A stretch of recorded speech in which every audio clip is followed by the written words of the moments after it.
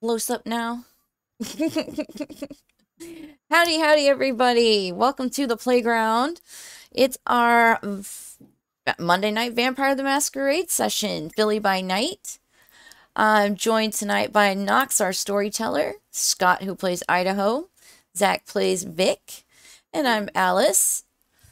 It's been a while. We took off for the holiday season, so a catch up with everybody. What did we get up to?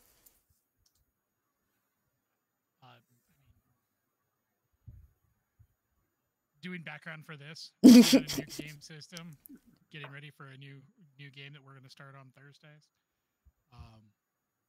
So yeah, and having and ending the year that was last year. Yeah, I think we were all just glad to see it go. Wasn't like, ooh, 2022. It's like, bye.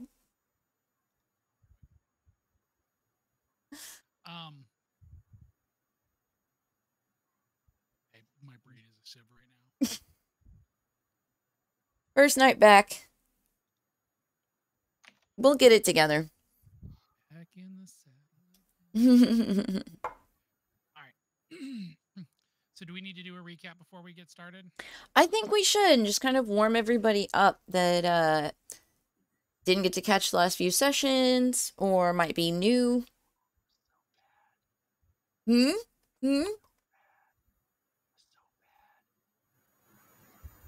So, so 3 sessions ago, the group went into the depths underneath of Haddonfield and Fairchild and met with a kindred named Abraham, who tasked them in exchange for information about who locked them up in the naval base and who led to their incarceration, with retrieving an experiment from the Fairmont wolves. The first night out, with diminished numbers, the crew decided to head to New York to pursue another lead entirely unrelated. And on the second night, with a full batch of kindred, they ventured out into the park behind the museum at Fairmont and met the gang girls that reside in the park, as well as one of the wolves. And unfortunately, they ended up walking away empty-handed.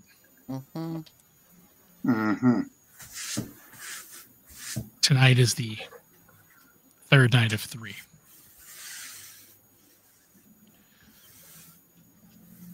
So, there is quite a bit on the line, so to speak. So it will be interesting to see what the outcome of this will be. So, I guess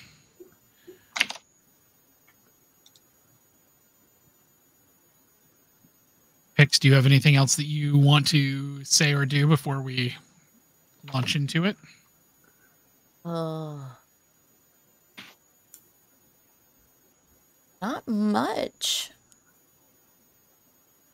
I think just let everybody know, especially if you're new here, we monitor chat. Sound alerts should not go off.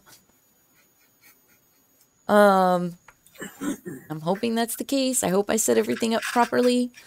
But otherwise we should be good. All right then. Let us begin. Welcome to our Monday night Vampire the Masquerade 5th edition Chronicle, Philly by night.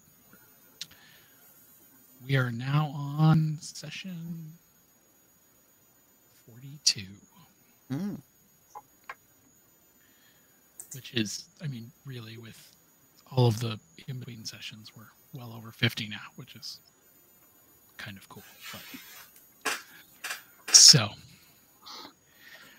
when the evening starts,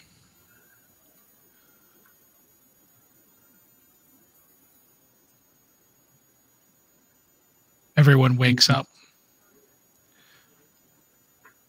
at their respective places. We will assume that everyone is going to come together and meet up in order to make the most of this final night. So, going down the line real quick. Actually, first, it's been so long, I almost forgot. We need to do some housekeeping. Shucks. Roll for hunger. Oh. Of course. Everybody else got out except for Alice.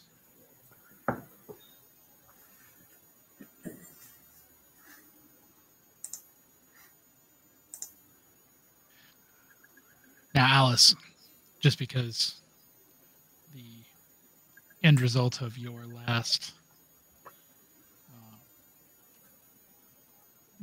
night, or the last solo session you have, because that took place in the future, your incident has not yet occurred, so you will still be developing hunger for this evening.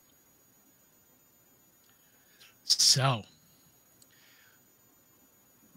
going down the line, Idaho, you wake up. Where do you wake up? What is your first order of business?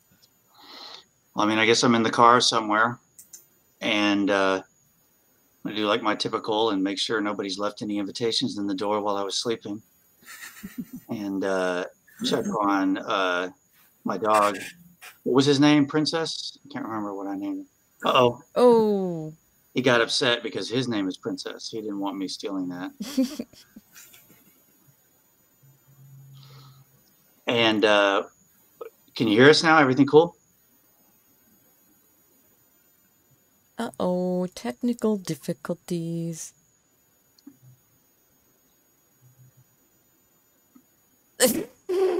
Oh, no. Oh, man. That damn mic.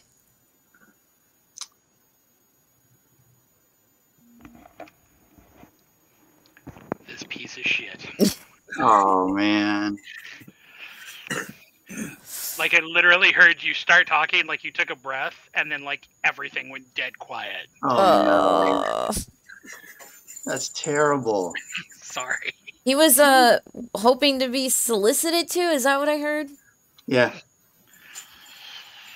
He likes to be solicited. I was just hanging on the corner trying to earn my evening money, you know. Bills. I was just making sure no one had, you know, dropped off any messages in the car while I was sleeping, and then going to check on Brutus, I think is what I named him, and then drive over to the apartments. Okay. No, you don't have any messages or anything like that. One thing that is... So just to also kind of clarify, where did you stay?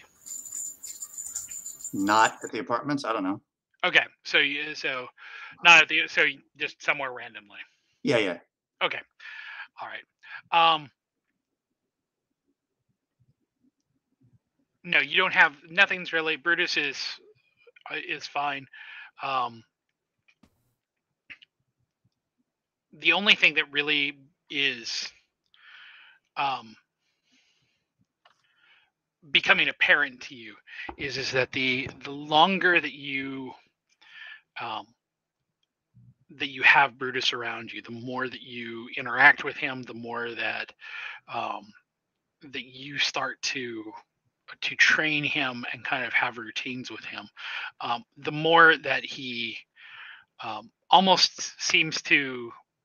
It's almost precognitive in a way. Like he starts to try to anticipate, you know, based on your behaviors, and starts to, you know, to act almost as an extension of you in a weird way. Oh, nice.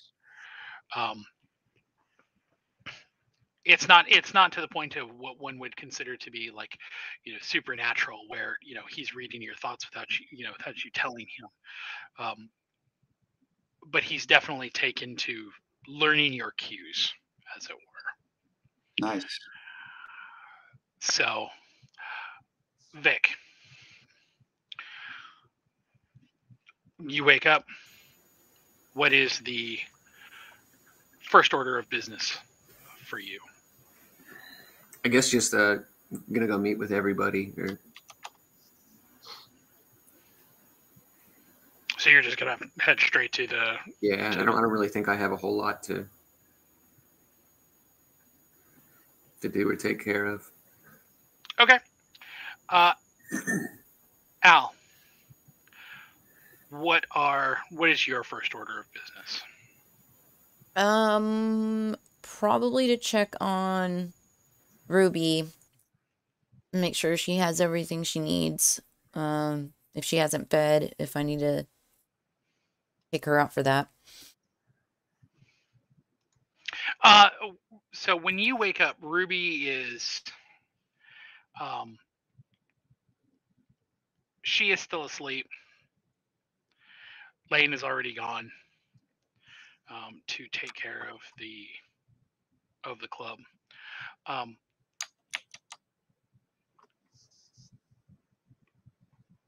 You can't help but notice that the light on Ruby's phone, like the notification light, is blinking.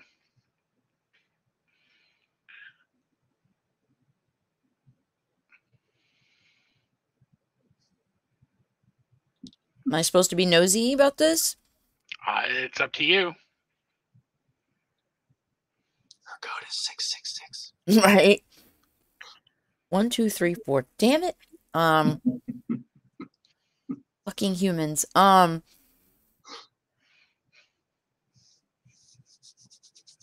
Fuck it. I'll look at it.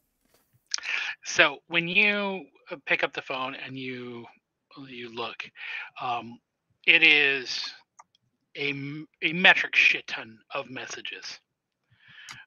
It is not any one individual. It is 5 or 6. There's 2 or 3 group chats among people.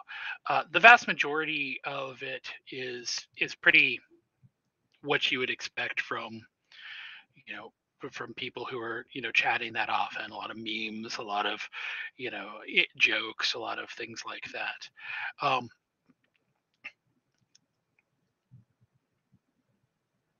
But there is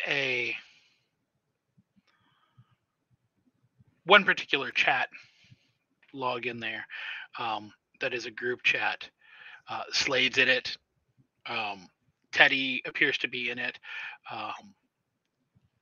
The librarian, who's, because of this, you learn her name is Lisa. Okay. Lisa the librarian is also in it.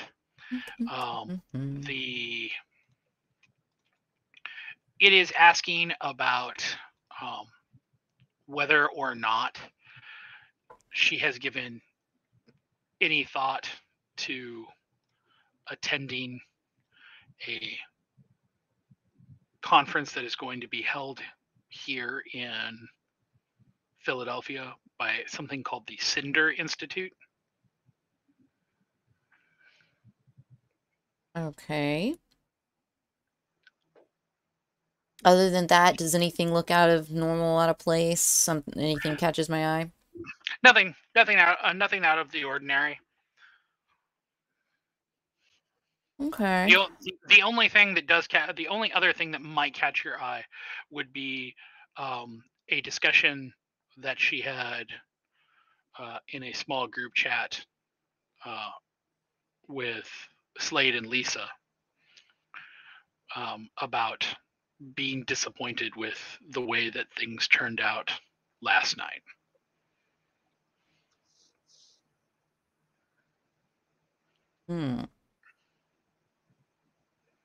Interesting. Yeah, I'll go ahead and put the phone back. I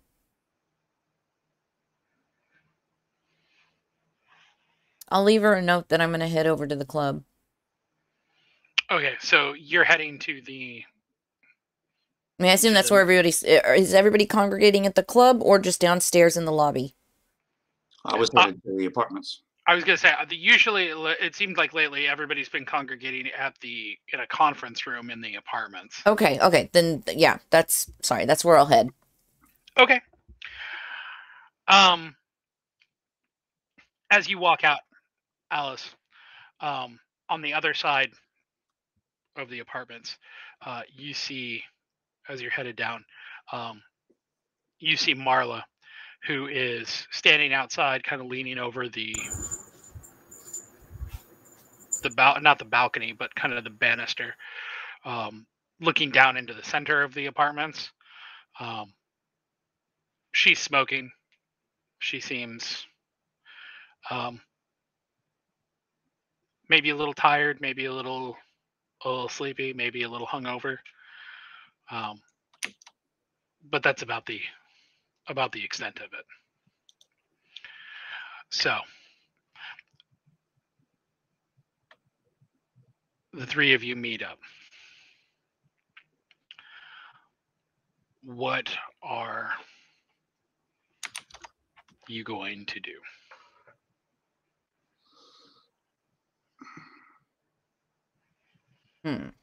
Well, what are we going to do about our timed quest? Yeah. This is our last night to do anything about it.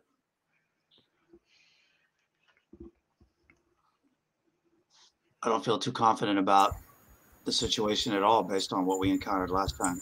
Yeah. Yeah. That's kind of why I'm at a bit of a standstill mentally. I'm just like, where do we even go from here? Well, one place we can go is just not even bother with it, and we just won't get the experiment, and we won't get the information from what's his nuts. Hold on 1 second.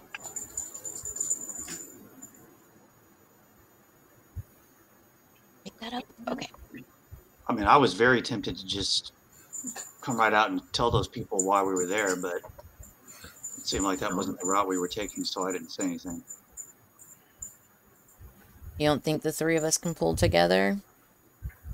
If y'all want to try it, we can go back over there.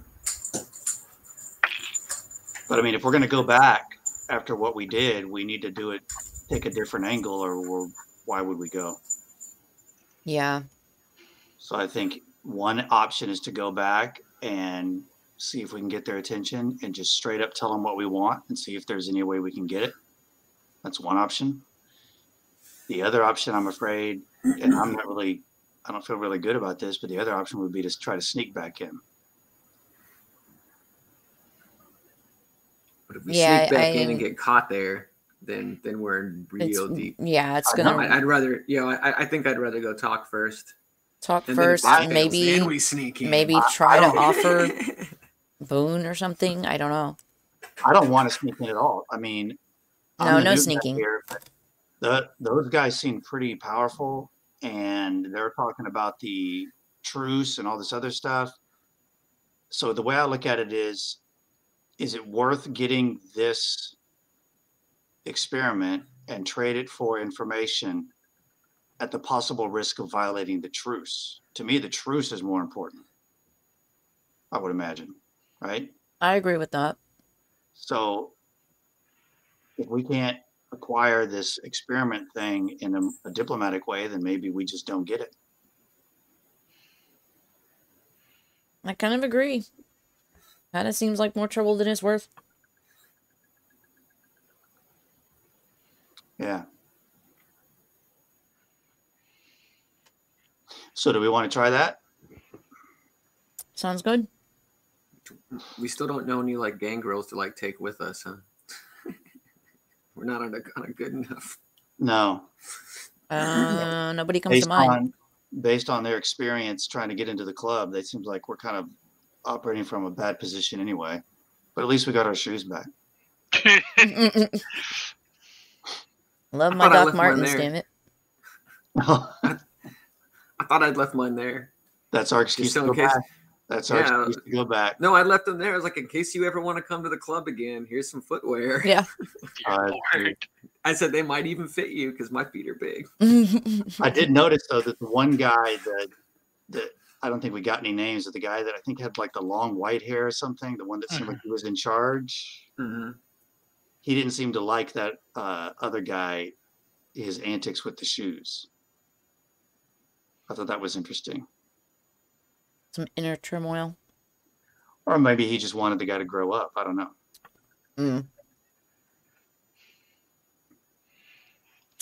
Sounds like a plan. All right. Do we need to bring anybody else in on this, or just 3 of us? I mean, I'll take Brutus with us. Do we want to bring Ruby since she was so interested in getting more involved? Yeah, I'll go up and wake her up.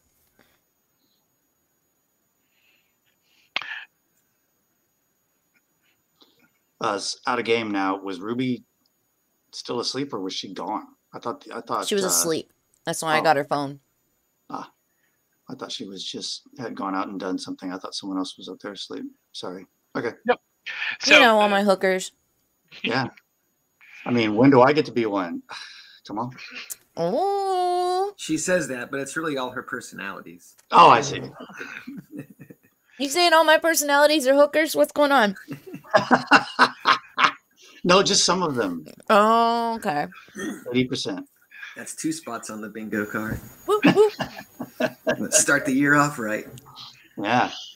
So, okay. So, Al, you're going to head up to talk to Ruby and see if she's going to come along. Vic and Idaho, is there anybody else that you want to attempt to contact? Is there anybody else that you want to reach out to? Is there any other favors that you want to try to pull in or try to try to get some help?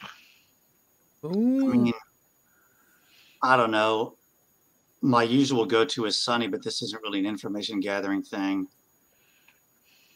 I'm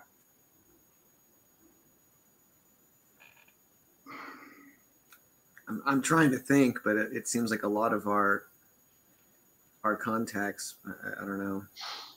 I mean, would Sabine be worth trying to call? I mean, Sabine would certainly be maybe a valuable source of information for something. But without having a specific angle that you were going to ask her, I could not. No, I guess I'm kind of still just quasi in character, out of character, just kind of talking to our group and saying, do you guys, I mean, I don't think Nawal would be of any use right now. I think we already got her in on it and we got what we could always just. Yeah, she had the drones. I mean, we know Threnody. Threnodity's been around a long time. Raul. Just see if we can get anything. Why don't we just make a few quick phone calls before we leave? Sounds like a plan. Okay. We're searching for a needle in a haystack, but right.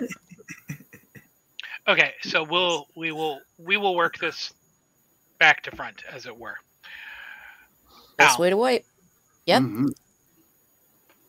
Hey, you said it, dude. His 3rd bingo slot hit.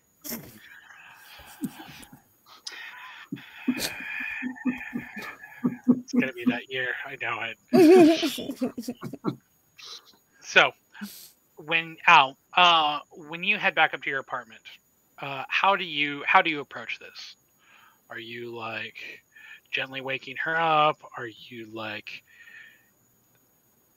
yanking the pillow out from under her head? No, I just slamming her in the face with it. No, I'm just gonna sit on the edge of the bed that she's on, and just kind of rub her hair out of her face, and just kind of give her a gentle nudge, like, "Hey, babe, we got to go to work." When you do that, she kind of gives a little groan and is like, "The bar can't possibly open for another couple hours." Babe, not talking about the bar. She closes her eyes. She rolls over. And after about 10 seconds, she lets out a big sigh and rolls back over and sits up, and she goes, "Last night sucked." That's quite the understatement. And we've got one more night to see this through, figure this all out. You said you wanted to be more involved. If you don't, that's fine. Tell me now. But do not think that you have the right to bitch later on that I didn't include you. She goes, no. She's like, I want to go. Okay. She's like, I'm just. She kind of sighs and she kind of looks sheepish. She was like,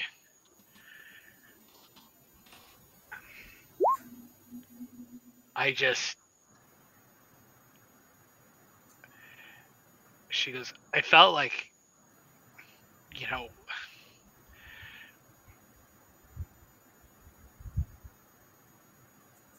it felt like we were dogs and we got whipped. She's like, I feel like we ended up running out of there with our tails tucked between our legs. And she goes, and I didn't. She goes, I didn't like it.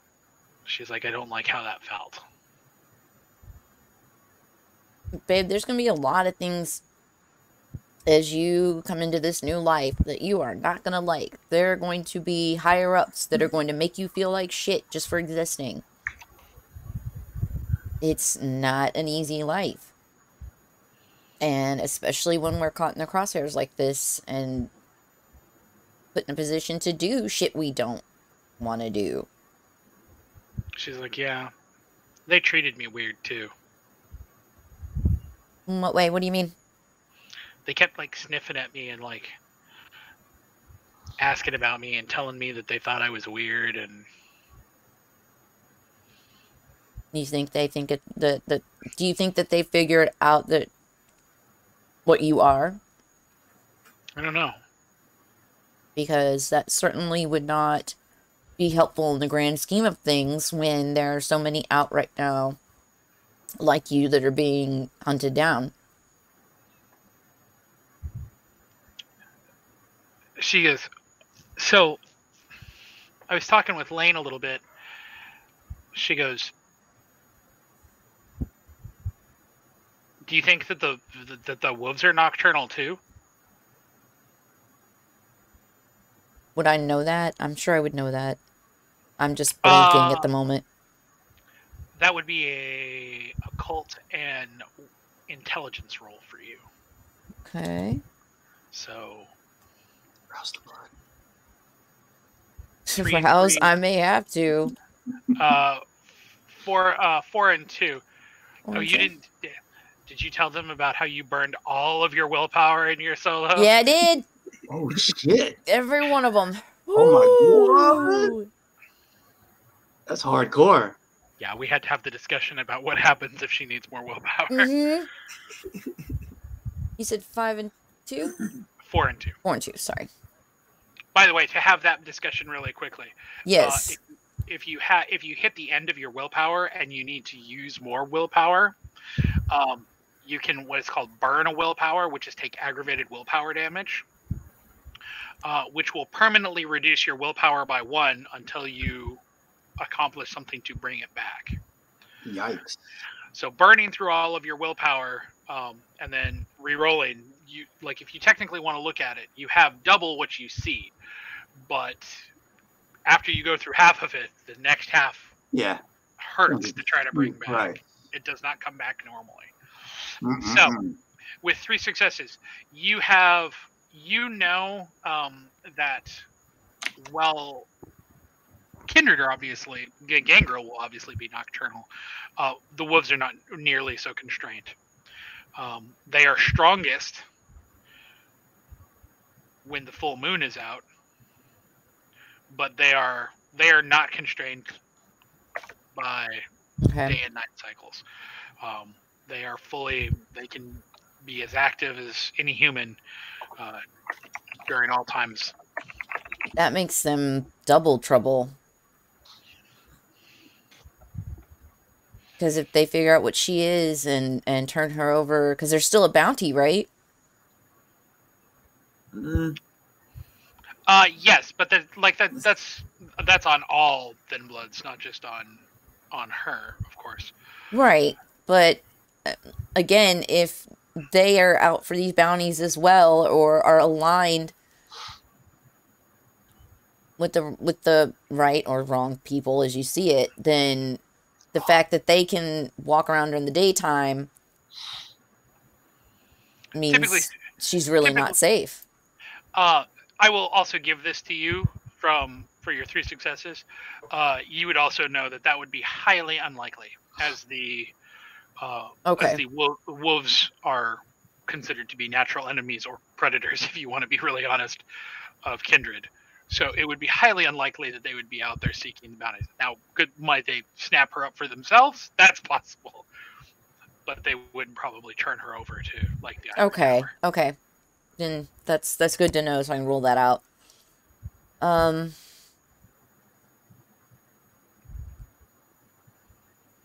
See, it'd be nice if we had a werewolf contact that I could. Yeah. Hey, by the way, why you boys sniffing at my girl? What's going on? I mean, all I can do right now is console you and protect you the best I can, Ruby. And again, you have an out. But I would rather it be now than in the middle of a really shitty situation. She's like, no. I said I wanted to be more a part of this, and I said I want to be more a part of your life, so I'm in. Okay. Well, let's go downstairs then. Hurry and get ready. So she starts getting dressed and getting ready. Vic, do you have anybody that you want to try to call? Do you have anybody that you want to try to reach out to? Any special the names that Skot put, like Threnody and Raul, they might be a good place to reach out to. Me and Raul's got some pretty good blood. So when you call Raul, he picks up almost immediately, and he's like, "Hey, what's going on?" Hey, feel like we're reaching for straws here. Just trying to see if we can get any sort of information, and we don't expect it. But long story short, we have somebody who says they have information to bring down not Shaw. What's his name? Charles. And Charles. They told us? Yeah. Yes, he told us he has the information to basically be the nail in Charles's coffin. Okay. And so, only thing is, in order to get that information, we've been tasked with obtaining an abomination in the park by the that's has been created by the werewolves.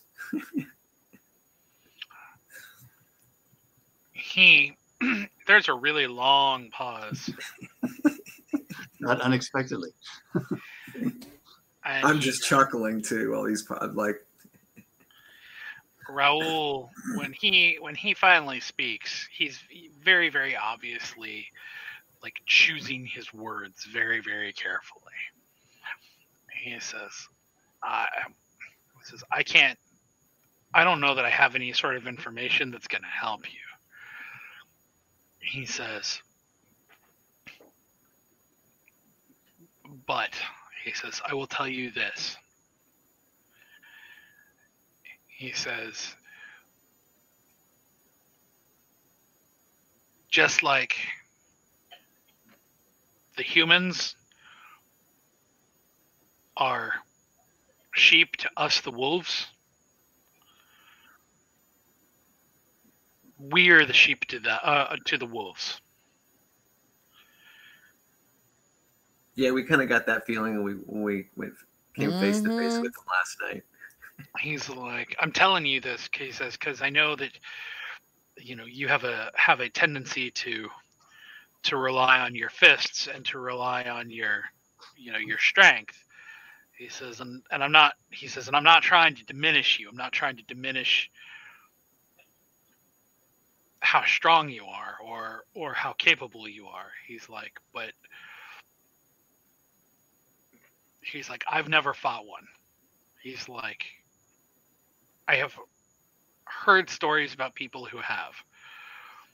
and the kindred that I have heard stories about were no longer present to tell the stories themselves, if you get the drift that I'm telling you.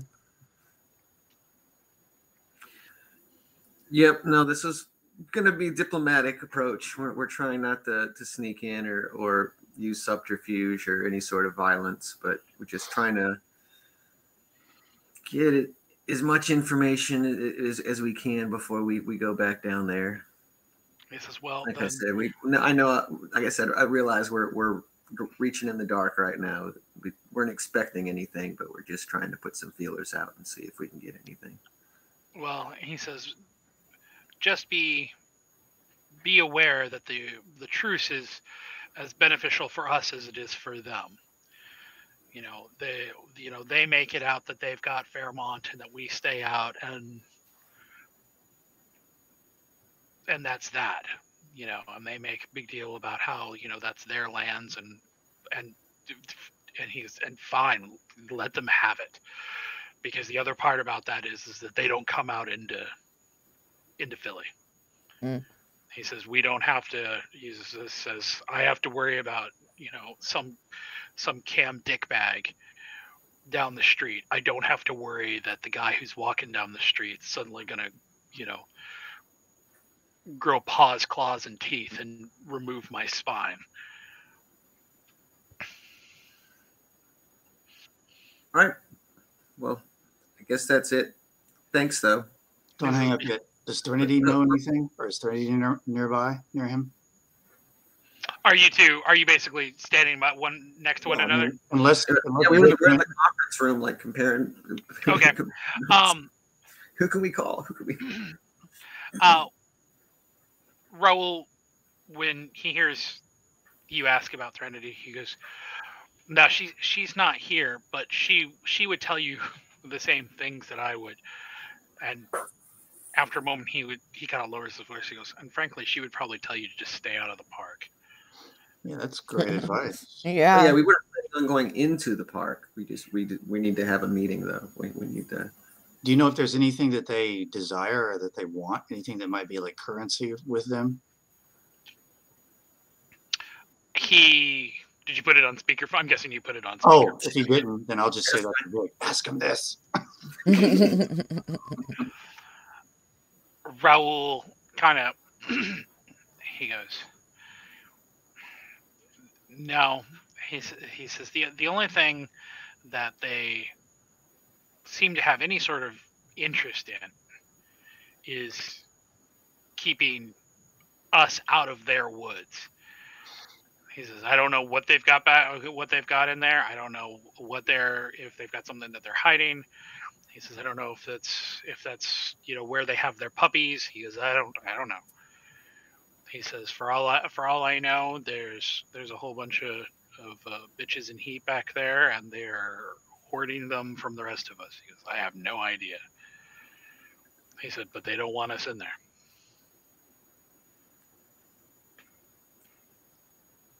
All right. All right. Thanks, Raoul. He goes, no problem. He goes, stay safe. We'll try our best. I guess we're going back to bed. Right.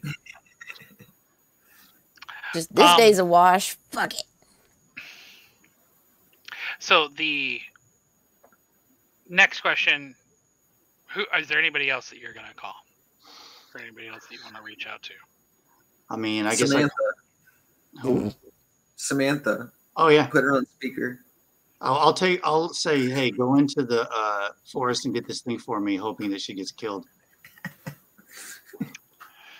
I mean, I guess did I end up getting Sabine's contact info, or was it always like going through Michael? I would say you would probably end up going through. I mean, if you needed the contact info, if you needed to reach out to Sabine, you could always ask Moira and get that info pretty easily. Yeah. So, I mean, it's at least worth an ask, I guess. I mean, Moira, can you get Sabine on the line? She gets you. Or even if she would know something to offer as a gift. Yeah, that's kind of what I'm thinking. I mean, That's the only thing I'm thinking, we're asking that might be helpful, but it's worth a shot at least. She gets you the number for you to call. It rings, and when it finally picks up, it is not Sabine. It is someone else who identifies themselves as, who just simply says, "Guilt, how can I help you?" Okay, so we just basically got the general number to Guilt. Okay, this is Idaho. I would like to speak to Sabine if she's available. There's a long pause and then a please hold. And after 2 or 3 minutes, it picks up and you hear, "To what do I owe this pleasure?" Well, I wish it was a good reason to call. I mean, I guess it's always a good reason to call. It's great to hear you. I'm assuming that this is Sabine now. Mhm. We actually are faced with another one of our typical insurmountable tasks, and I was calling to see if you might have any advice on how to proceed that might increase our chances of success. She says, "Well, you're going to have to tell me what the task is before I can tell you how I can help you." Of course, of course. We have been asked to procure an experiment, an abomination, a something that apparently the wolves are working on in Fairmont Park. And we really don't want to try to launch some kind of an assault on Fairmont Park because we assume that we'll just be dead. So we're actually going to go talk to them and see if we can't negotiate something. And as you are well aware, if you have something to offer, then negotiations go easier. So I didn't know if you might know something about the werewolves, what they might want, what might be helpful in such a negotiation. You hear like tapping on something. It sounds like maybe she's tapping a pen on a desk or something.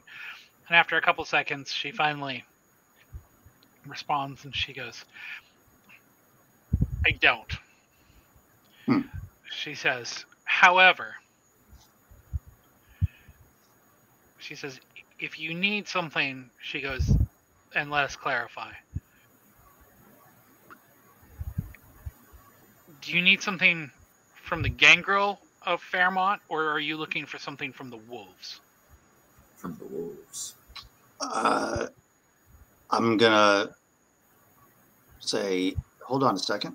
I'm assuming I don't have this call on speaker, but I can switch it if I need to. Actually, yeah, let's say it was on speaker. Then everybody is. Are Al and Ruby back? Yeah, I'll say we could say that between calls, Al and Ruby managed to get Cool. down. Okay. So I would have this on speaker so everybody could hear. And if I may retcon a bit, I would have said to Sabine that she is on speaker and would have let her know who was listening. That's fair. To be polite. So I'd say, look at the other guys and go, do we know? Is this thing in the possession of the wolves or in possession of the gangrel? I thought it was the werewolves. Let me double check. Yeah, I might be getting it backwards, but I thought it was we were going to the gangrel to get help to get it from the werewolves. Yeah, the gangrel was supposed to be our connection to the werewolves, but the werewolves just showed up anyway. Yeah. But from what I understood, this was from the wolves. The wolves were the ones that... I don't remember. I thought he just said get something from Fairmont. So that's a not 100% sure, but we think it's the werewolves. She goes, "In that case, you're in a slightly better circumstance." Oh, okay. Yeah. She says, "I wasn't there for all of this. Frankly, I don't really care. It's not my business, and I don't ever plan on taking a walk in the park." She says, "But as I understand it, the gangrel were either tasked or punished or asked for the position of being the in-between to the wolves of Fairmont." Mm-hmm. Part of the truce was that they had to maintain neutrality. The wolves or the gangrel or both? The gangrel. Okay. The gangrel were purposed with being impartial and apolitical. It was seen as too big of a risk to all of kindred here in the city to have that particular chess piece in play as a potential angle among the varying parties.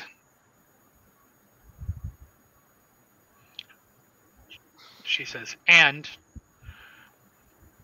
that is something that is held even when the city has been mostly controlled by the Sabbat.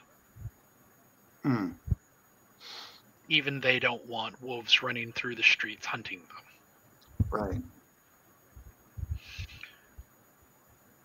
So as a result, Fairmont has always been, the gangrels of Fairmont have always been apolitical. Now, the other side of that is that they also have to answer to the kindred of Philadelphia. They do.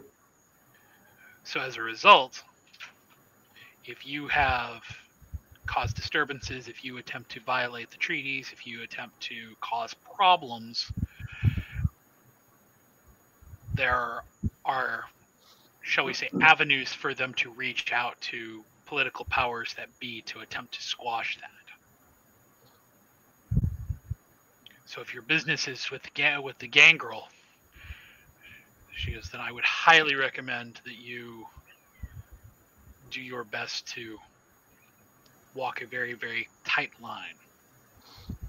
She goes, on the other hand, the Wolves of Fairmont, their treaty is only with the gangrel.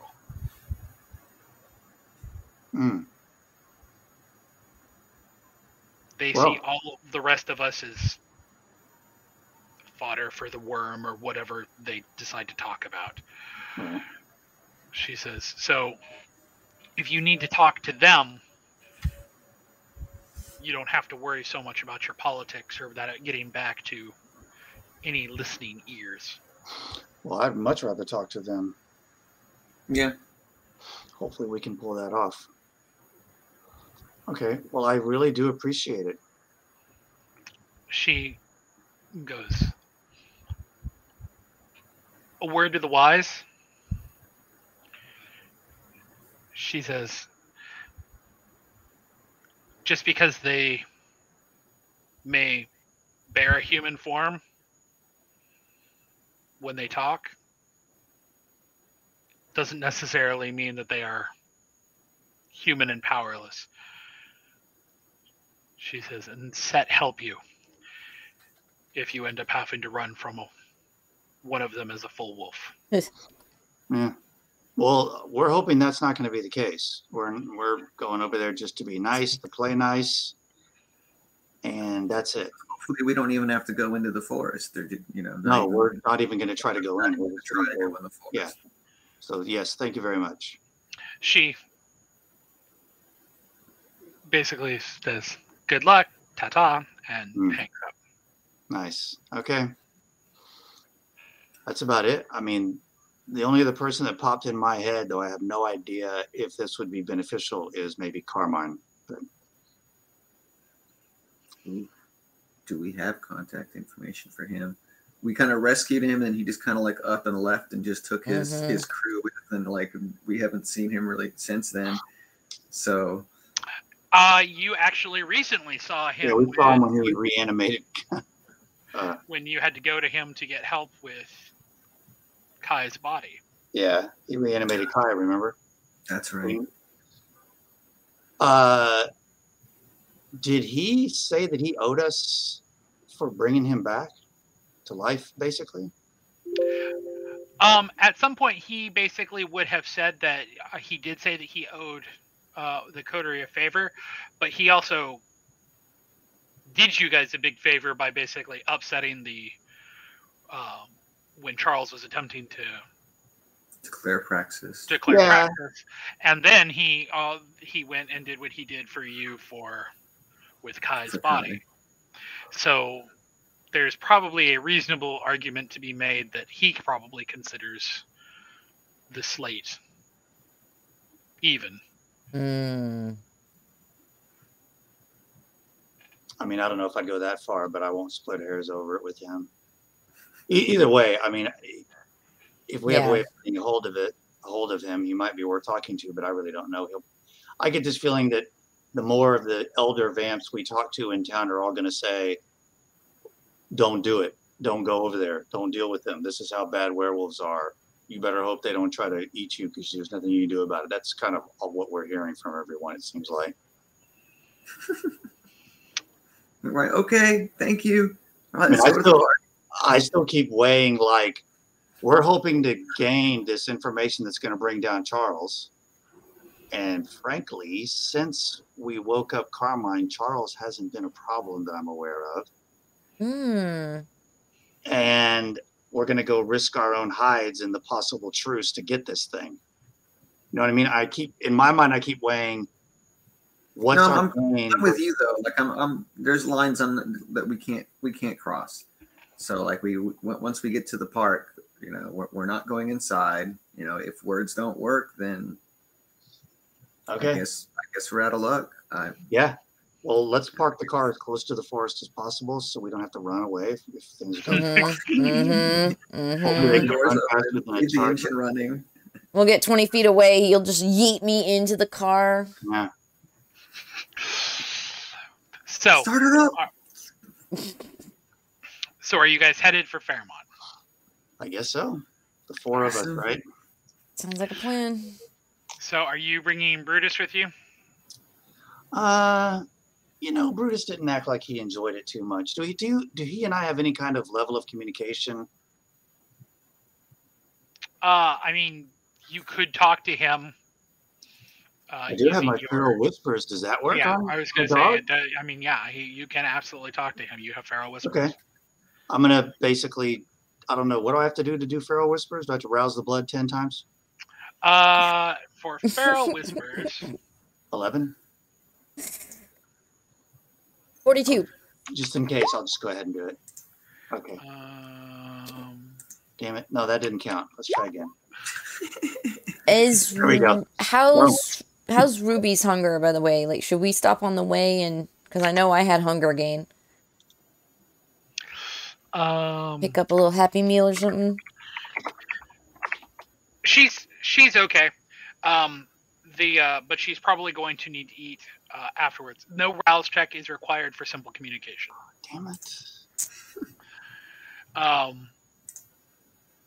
So basically, I'm just going to say to him, we're going back to where we went last night to talk to those same people. It didn't seem like that was terribly enjoyable for you. Do you want to come along or do you want to stay here? He kind of whimpers a little bit. And he's like, won't protect master, but big dogs. Yeah. I wouldn't expect you to try to help me if they just wanted to attack. That wouldn't be a good idea. He's like, we're trying to avoid that. He's like, would help, but big dogs. Yeah. Just stay here. Protect here, okay? He seems a little happier, but somewhat confused.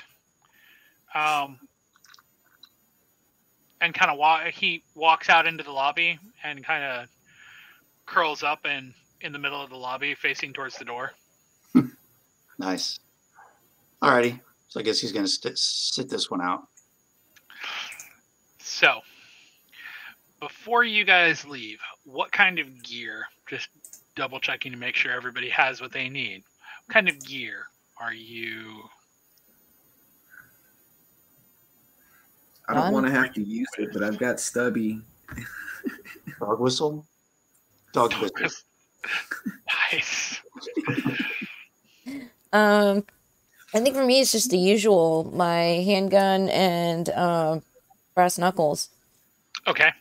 Do we know what Ruby has proficiency in? And does she have her own weapons yet? I really just need to take a picture of her character sheet and put it on the page so y'all can see.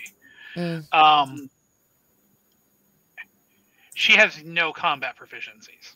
Great. Damn it, But girl! she's What do got you pretty- bring to the table? She's decent at driving, and she is decent at stealth, which means that if she needs to ditch you guys, you're probably shit out of luck. Wow, awesome. Great. Okay. Now we have a good getaway driver. What did we do with that flamethrower? Would not help you much. Even against werewolves, that wouldn't work? No. In fact, that would be the opposite because Kindred You're are burning their forest too, and then you'd have the whole fucking. Well, I was gonna say because because Kindred are deathly afraid of fire, so using a flamethrower would likely provoke a frenzy test Response. for Yeah. extract. I like to live on the edge. You know, that's my I mean, that is definitely living on the edge. On the other hand, attaching a tank full of fire to you and then frenzying seems like an well, not excellent me. Not me. I was going to say, you know, Ruby could use it or Vic could use it or something. Anybody but you. Yeah. Very daring. Very daring. Mhm. Yeah, no, I'm not going to, I'm just going to, you know, go with my normal charming self. Okay.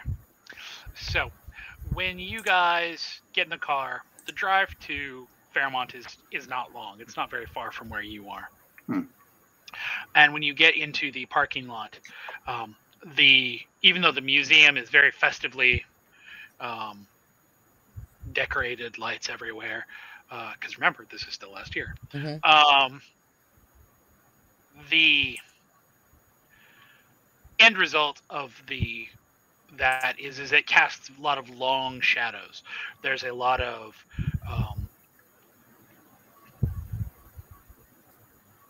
when you get there and you go around the building, there is a lot of it's lit up behind you. So as you're kind of walking, it is darker as you are walking towards the edge of the forest. So, now that you are here, what are you looking for? What are you trying to do? How are you going to go about this? Be discovered. Yeah, I was about to say they'll smell us before we smell them. So, where are Vic's shoes?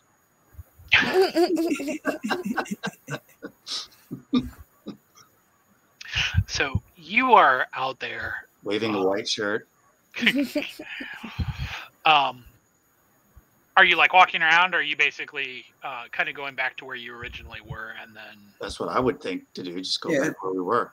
Last point of contact. So you guys are actually out there for well over an hour, just kind of standing around. It is. There aren't many people who are around, and it is, you know, that even though you can't feel it yourselves, that if you were human, it would be quite cold. There's a little bit of frost on the ground that's glimmering from all of the lights.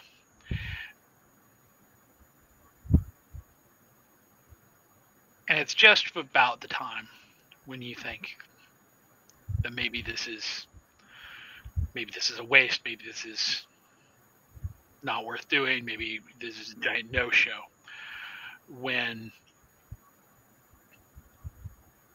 the man with the white hair comes out of the tree line. He's a little better dressed than he was last time. This time he is in like very worn camo, kind of baggy cargo pants. He's got on a fairly worn denim vest and a long sleeve thermal underneath of it, but they're shoes still.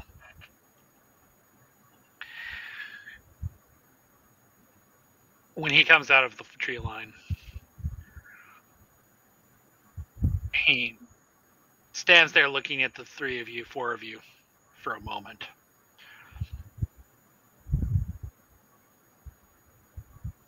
Before saying,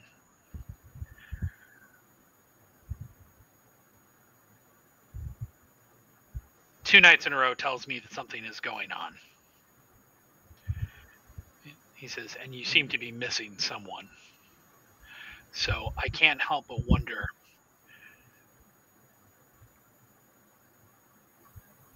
what you think you have to gain here. Or do you simply think that this would be easier than meeting the sun?"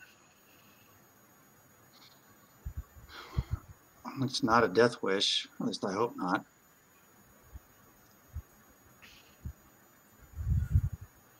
Hey, we've found ourselves in a little bit of a predicament.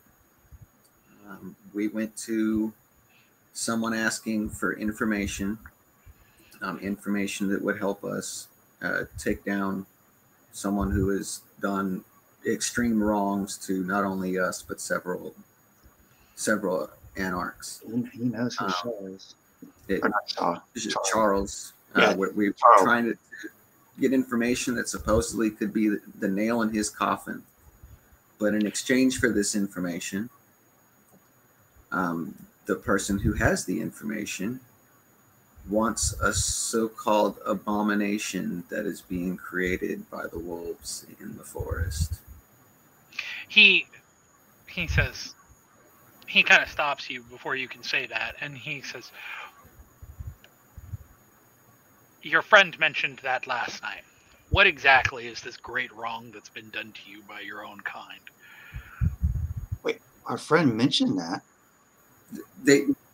Michael, he's saying Michael had mentioned that Charles had done a great wrong to us. She didn't go into a whole lot of specifics. Oh, okay. So he's wanting to know, Charles worked with the SI to get the Anarchs locked up in a naval base for a month before we broke out. And it was not just Anarchs. There were some. Yeah, I was about to say there were even some werewolves there. Yeah, and a human. My human. He kind of looks into the middle distance for a minute. And he says, "I know of what you speak." He said, "One of our own was in there.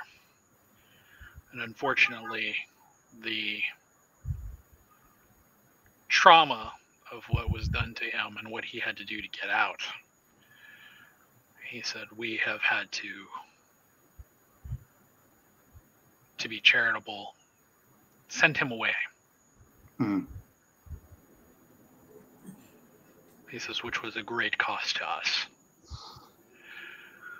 and our pack." He says, so though I would not assume this to be true of anything else, in this single matter, he says, the enemy of my enemy is sometimes my friend. He says, so if it's within my power to grant you some bit of information or something to assist in this undertaking to get rid of that asshole, he says, then I would be interested in hearing what you want. Well, we're supposed to find this experiment. This experiment or abomination that is being created in the forest. Does that mean anything to you? He gives you a fairly wolfish smile, and he says, that, unfortunately, I can't grant you. He says, but I'll let you ask yourself and see if you can avail yourself. And he beckons for you, and he walks back into the tree line. Oh, Jesus. Okay. All right. right, here we go. I like to act like I'm taking a step forward and then wait for Vic to go, and then I go back to the car. All for one, motherfucker. Get in there. Yeah. Let's follow. Ruby looks at you, Alice, like she's like, "Are we doing this?" I told you Look at the things could get stories. really fucking crazy tonight. Let's go. Oh yeah, let's follow. She's like, "We could be eating Taco Bell." Well, go wait your happy ass in the car. Taco Bell is more Shit. dangerous than this.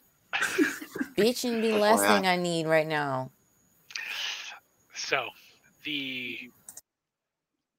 as you guys tromp in, as you guys are following, the four of you are following him in. You are walking for what seems like a really long time.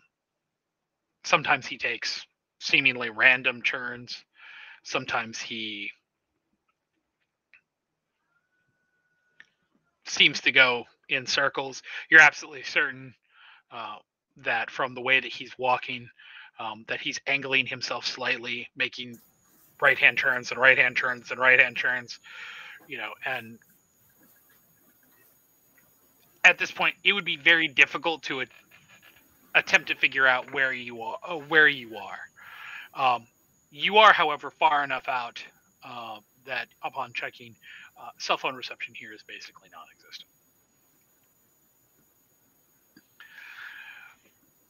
When, after a certain amount of time, having looked at your phone now, it is well past midnight. You walk into a clearing.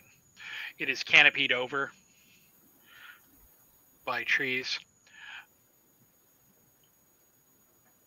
In the clearing, there is some tents set up around a large bonfire. There is it looks like underneath some trees that are off to the side that are grown very close together, there's been a kind of hollowing out of the earth that goes like down at an angle. And at the bottom of that, there is kind of another room that is encircled by the tree roots. It doesn't look natural. Roots don't grow like that. But it's almost growing around something that's in the center.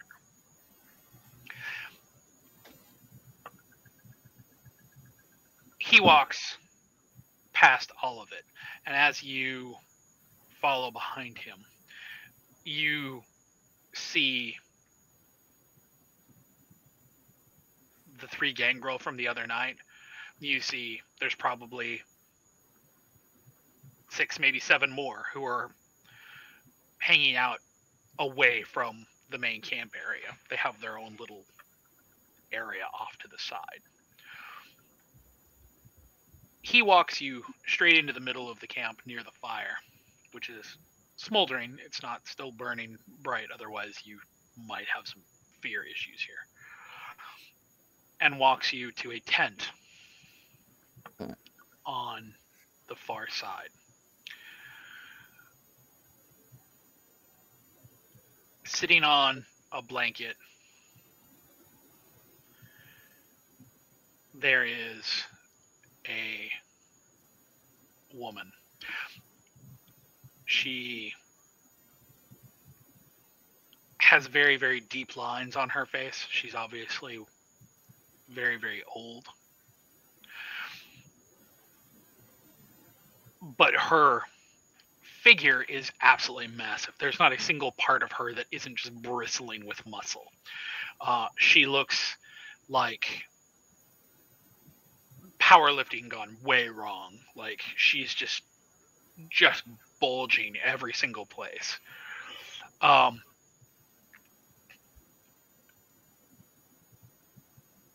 She is also, while she is sitting on this blanket, the other most notable feature about her, aside from her just bulging muscles, is the fact that she is encircled in what looks like an anchor chain.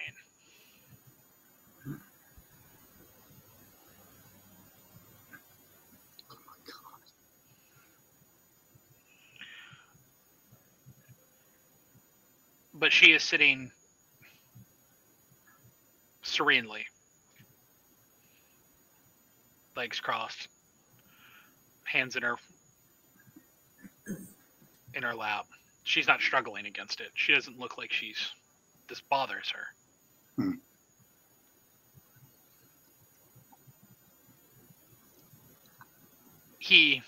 The man turns to you.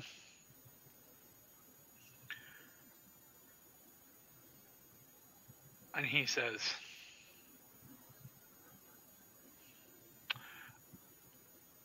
I can't be sure, but I'm guessing that you are here for Mika.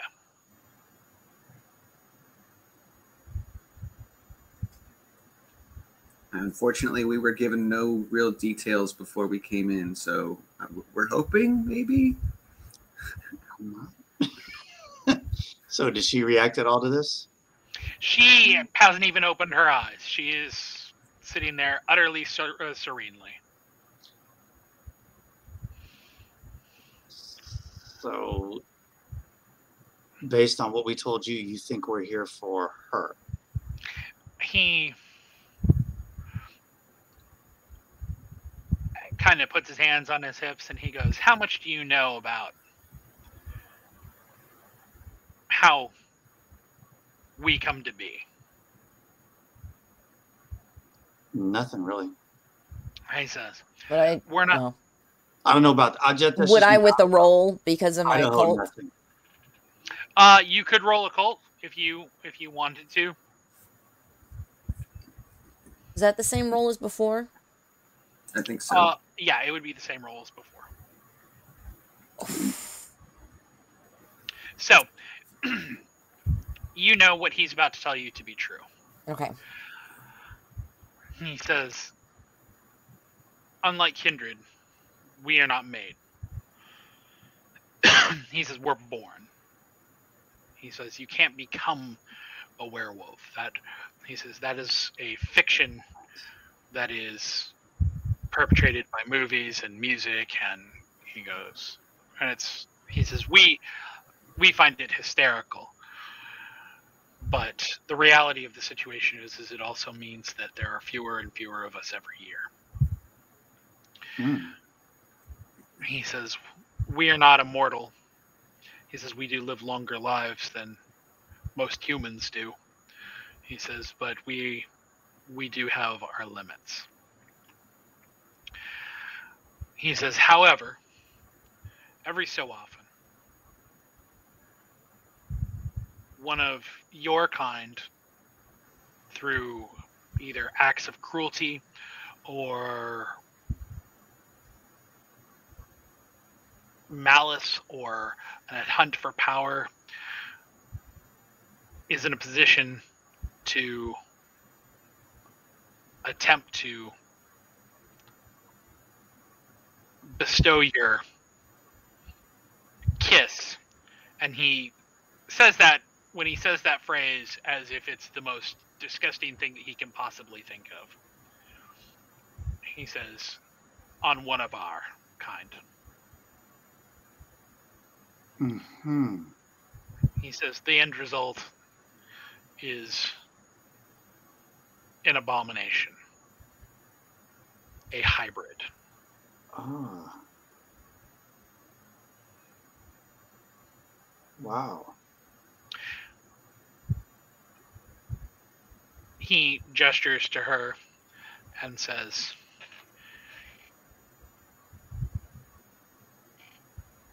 she was young when the first settlers came to North America. Holy crap.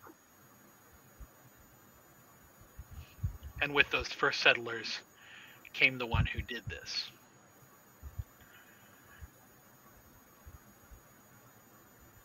she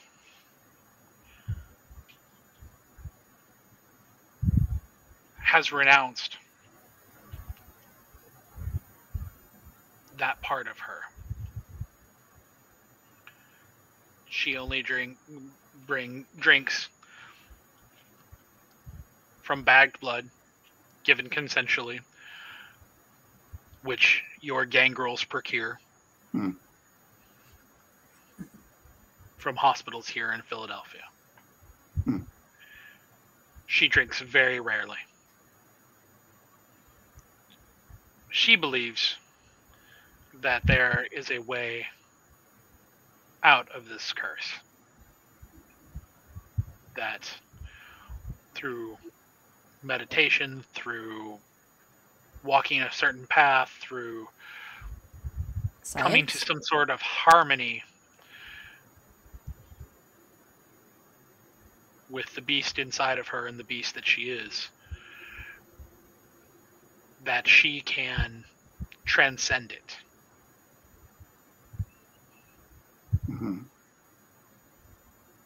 He says, now, she's been doing this for hundreds of years.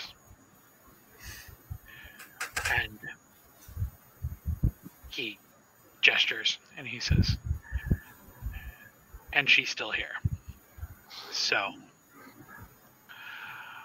he's like, this is the only thing that I can think of. That he says, on the other hand, she is her own woman with her own past and her own history. And though she is a part of the pack, she is well outside of what we would consider our rulings. She does what she wants, as she wants. Right. He says, so if you wish to avail yourself, he says, I will grant you this. He says, but I will not pressure her for either side. He says, and I will not attempt to coerce her. She lives the life that she wants. Of course. Agreed completely. He says, I won't leave. I'm not going to leave you here with her alone. He says, but I will step back and allow you a bit of privacy if you wish to talk to her. Well, thank you. And he doesn't go very far, maybe only 5 or 6 feet, but yeah, like a token sort of distance. Yeah. He's very polite. I like him. So is she still just in her repose? She hasn't really reacted to our presence or anything? Nope, hasn't opened her eyes, she's just completely in like a meditative state. I will say this. The eyes of basically everyone are now upon you. All of the other wolves that are at the camp are watching, and the gangrel also on the outside are watching this with keen interest. Doesn't surprise me at all. Are we far enough away from the gangrel that we can reasonably assume we cannot be heard or not? No, the guys. So if any of them have heightened senses, and you have no way of knowing that, they could probably attempt to discern what you're trying to say, but they are still a good 30 to 40 feet away. Okay. So. Okay. Well, does anybody want to make the first move, or should I do it? Who's got the highest diplomacy? I've been doing all the talking, that big old dumb me. I have the highest charisma, if that ever has to come into play. But okay, well then I guess without getting too close, I don't want to bother her or anything, but we are there to talk. I'll just kind of say, her name was Amiga? Miga. I'll just try to get her attention gently. You know, Miga, hello? When she opens her eyes, her eyes are not what you would expect at all. Given the the color of her skin and the way that she's built and the tan, you might have expected that her eyes would be brown or hazel or even green, perhaps. But when she opens her eyes, the whites of her eyes have a somewhat kind of yellowed bloodshot look to them, as if maybe somebody who is sick. Jaundice. But the pupils of her eyes are crystal clear white, almost translucently, like see-through.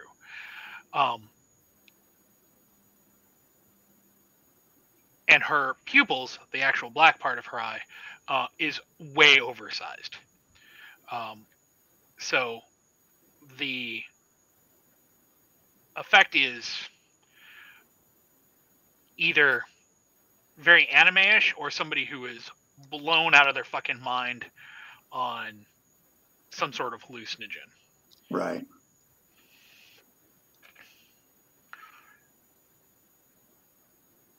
But she doesn't say anything. She just opens her eyes and sees and looks at you. Mm-hmm.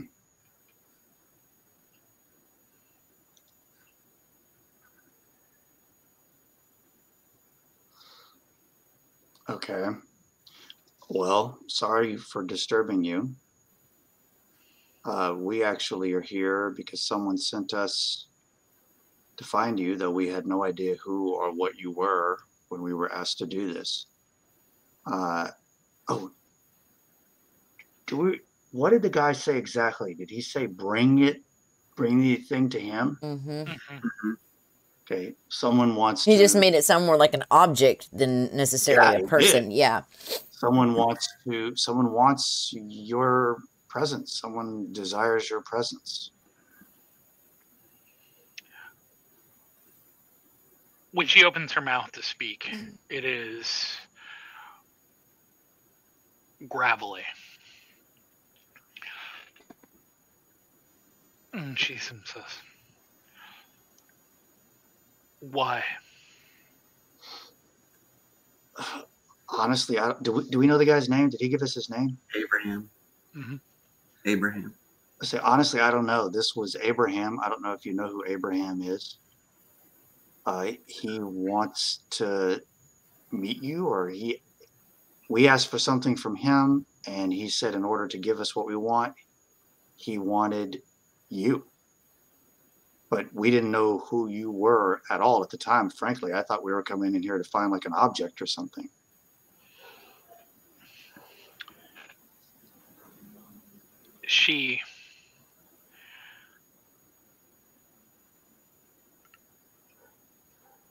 Her eyes kind of dilate a little further, more of the white exposed.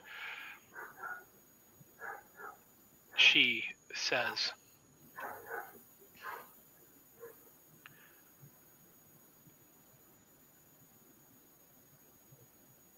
what are you trading for meeting me? She says, this is very odd. It is. It is. And, give the explanation we gave before. He told us he'd give us information that would help us bring Charles down, because Charles, did all his stuff, unless you want us to go through that again. Yeah. When the same story we gave older werewolf had all the information. Being very forthcoming. Mm-hmm. When you bring up the situation at the naval base and the werewolf there,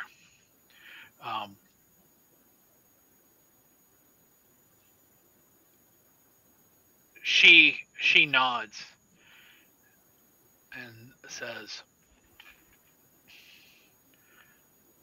I know of who you speak. She says, his mind has been quite darkened by that experience. She says, I offered to help him. I offered to show him the path. She She says, but I fear that his path is one with the worm now. Hmm. She says, for that, she says, do you truly believe that the one who wishes to meet me could, in some way, shape, or form,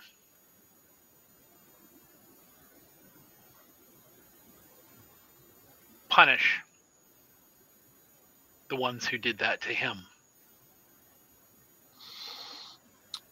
Yes. Yeah.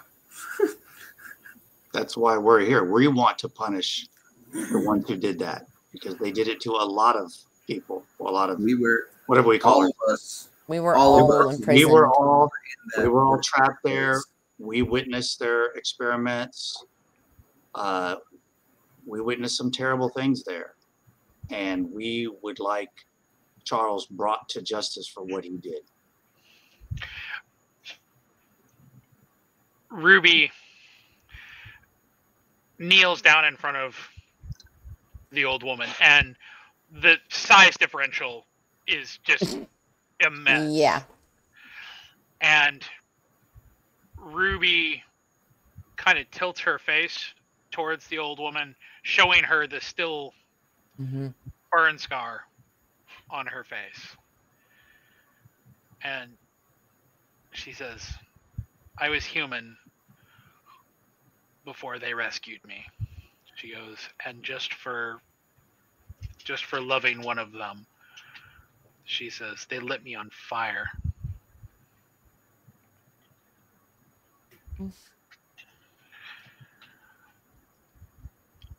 You can see on the old woman's face that she is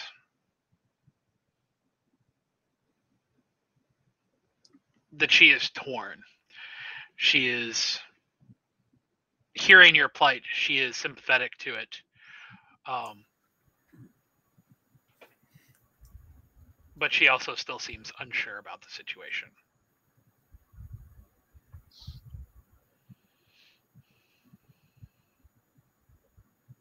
Yeah, join the club. So is there like a pause in the discussion or something? Mm-hmm. So unless you guys want to jump in, I don't want to keep dominating the entire conversation. I've been mulling over the right way to phrase this, but I think I'd ask her what in that moment that we recognize that she's hesitating, I would ask her, what may I ask your trepidation in this matter? She smiles at you. And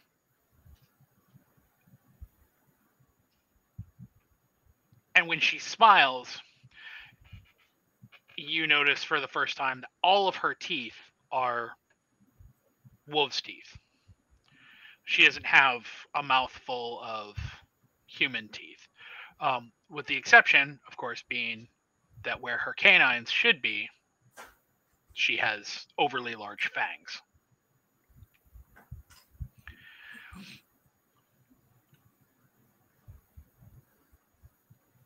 She says,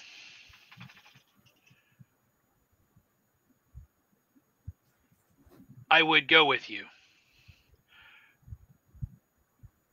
She says, but what guarantees do I have that I will be able to come home? I don't know. I'm stumped. I don't know why this guy wants you. Yeah, we obviously cannot speak to matters once we encounter this Abraham again, but I know that we can give you our word that we will protect you to the best of our ability while you are in our company. So at this point now, more of the people at camp are coming around. The gangrel have got up and are moving towards you guys and moving towards the conversation, which in turn has prompted the rest of the the wolves to also kind of circle in behind with the other guy. Hmm.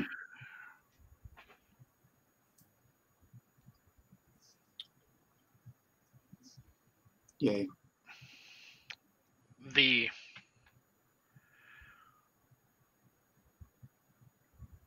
He steps forward and kind of kneels beside her. And he looks at her and he says, "You know that your place is with our pack." He says, "But you also know that we do not. You're not in the chain of command here. You're not part of the pack hierarchy." He says, "So whatever you choose to do," he said, "is a decision you are free to make." He says, "However," and he very poignantly kind of side eyes the four of you. He says,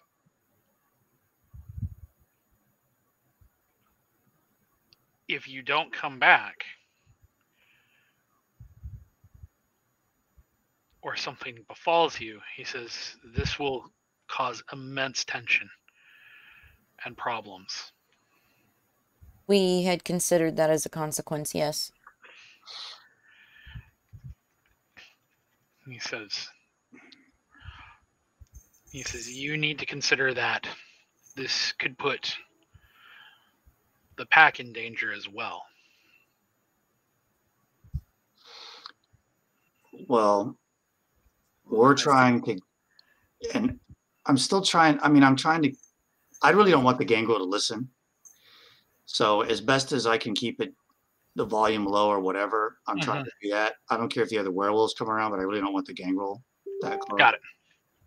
And I would just say, we're trying to do this to hopefully get information that will allow us to bring Charles to justice for what he did to all of us.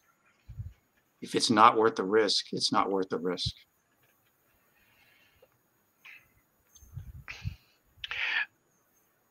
When she speaks, it is very measured. She says,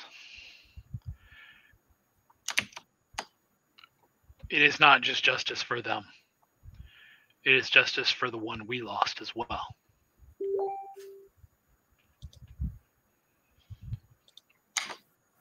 Wait, it's not just justice for them.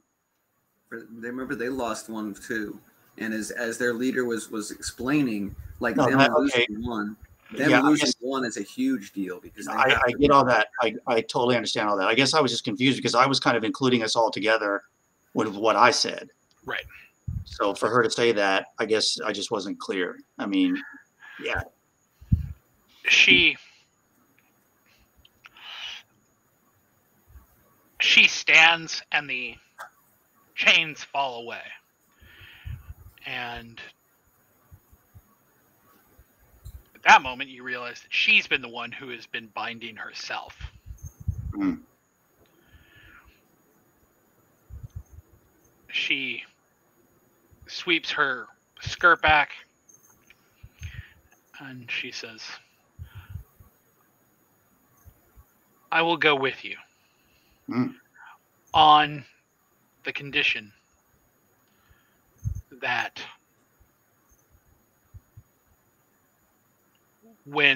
after meeting with this Abraham, that I come back when I want." Absolutely. If Abraham doesn't agree to that, you come right back. I'll escort you myself. Shit. All I will say, and I kind of look at Vic and Al, because again, I'm the young guy here. I'm like, I don't know how powerful Abraham is. It seems like he's a pretty strong guy because he's feared by other of our kind. At that, some of the wolves around you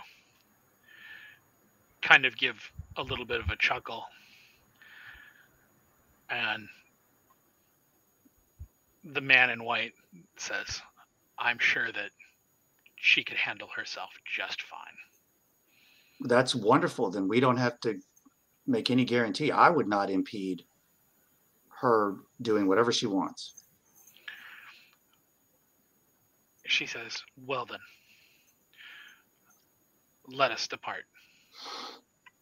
Will she fit in our car? Have to call Ruby for. Did you bring the hearse? It's okay, babe. I'm crawling in the back. It's okay. It's okay. Lay down in the back. That's good. We brought the jacked up Humvee limo. So, with that said, our kindred plus one hybrid are exiting the forest of Fairmont Park. Nice.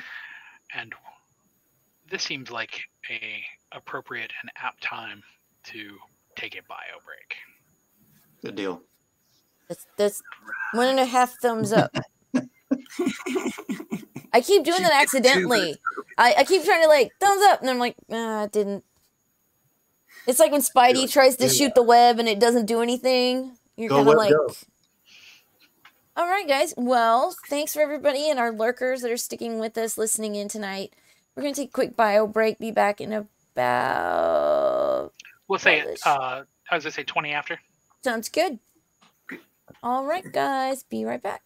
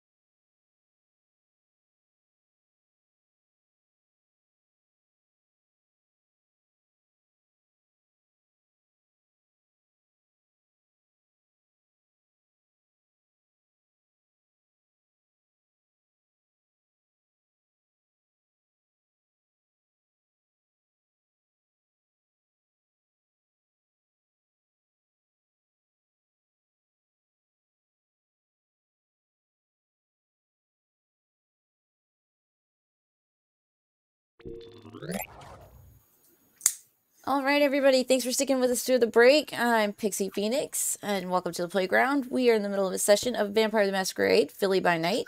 I'm joined tonight by Nox, my storyteller, Skot, who plays Idaho, Zack plays Victor, Hello. and I play Alice. And we were just about to head off to our adventure. Doom.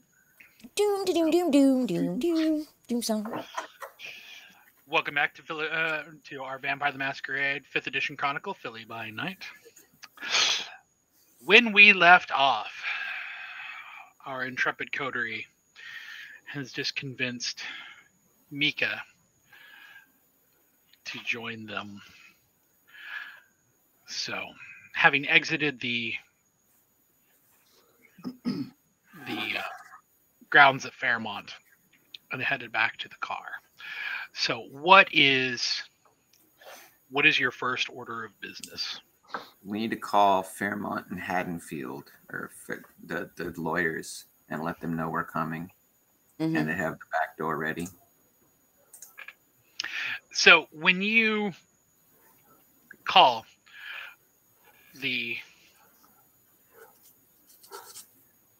familiar voice picks up. Haddonfield and Fairchild. How can I help you? Hello. Nice speaking to you again. We are coming with Abraham's his package. They told us when it was ready to let you guys know, so we could meet you at the back. When you say Abraham, she goes, "Please hold." And He's like, I don't want any part of this. Let me just connect you. And immediately puts you on hold. About 2 or 3 minutes later, the phone picks up, and Francis Haddonfield picks up. He says, "Haddonfield here." He says, "How can I help you?" This is the coterie. We're bringing Abraham's package. You told us to let you know when we're coming in, so you could be ready at the back door. We're about, Google Maps says we're X minutes out. Fuck. You didn't think we were going to pull it off. He says, "All right."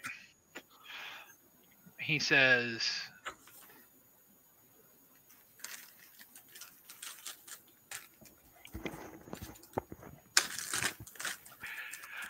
"Come through the front entrance the way that you did before." He says, "And then when you get there, the secretary will know to let you in immediately, and just come straight back to my office." Okay. See you in a few.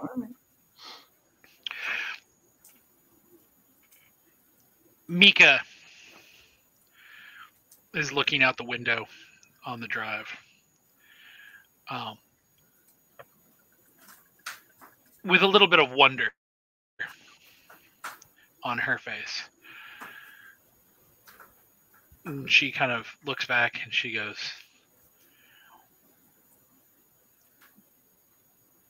"Philadelphia wasn't always so big or so cold."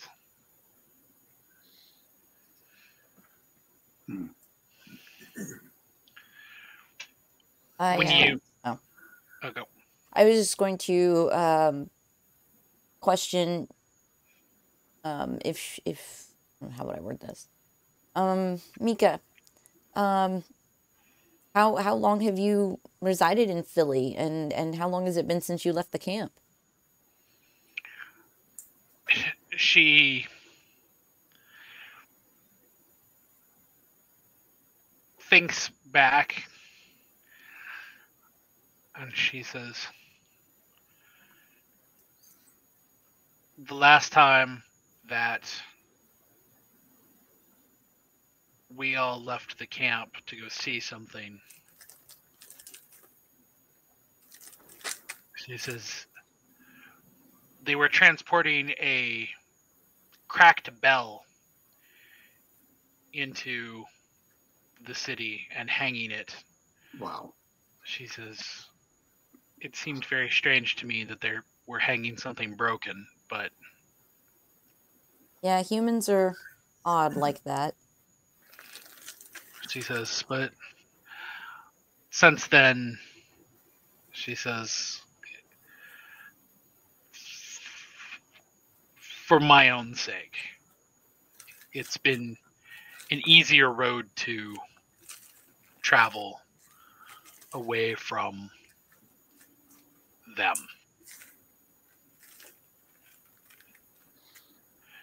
She says, I'm sure you know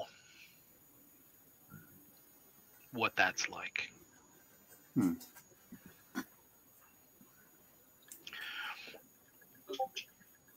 When you pull up in front of, were you gonna say something? Yeah, I don't think we have a very long drive anyway, but I kind of wanted to tell her a little bit more about Abraham Okay, go for it. and kind of describe, some of the weird stuff that we saw. Like we saw those like automaton people things. Golems. Eye, no mouth. And say he strikes me as someone who likes to do a lot of experiments on biological life forms. I really don't know if that provides any insight in why he's curious about you, but just to kind of give you a heads up he wants a sample of your blood, but he experiments on things, living things, or tries to make living things, or whatever he's doing.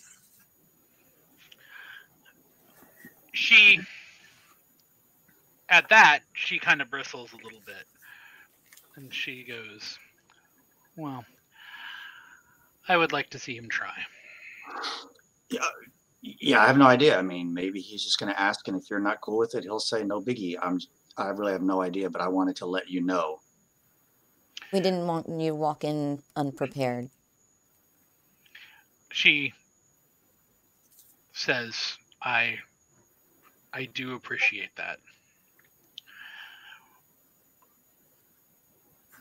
When you get to the law offices,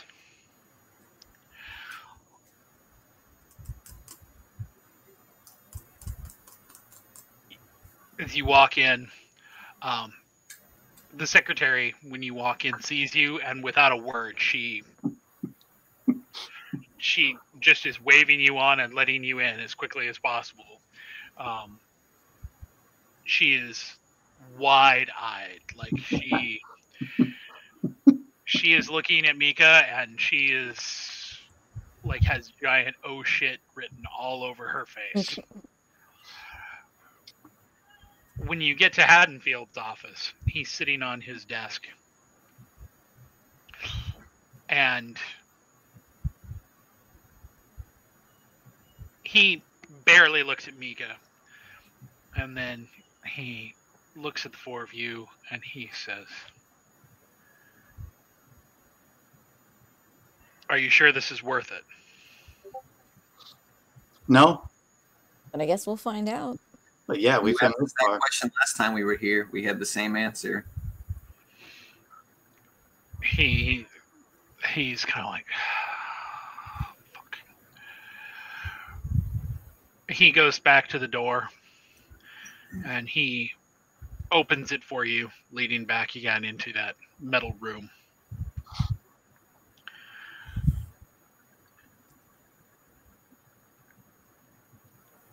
He says, the only thing that I can tell you is that word is traveling fast. Of what? He says, we were warned. We received a phone call from one of the Primogen to be on the lookout for your friend. Our friend? He gestures to Mika. They know about her? He says, I would imagine that she's apparently just come on their radar. And I'll look at Mika and say, Mika, I keep saying it wrong, and say, do you still want to go down there? She kind of shrugs kind of dreamily, and she's like, we've come this far. All right. Good enough for me. Let's do it. Mm-hmm.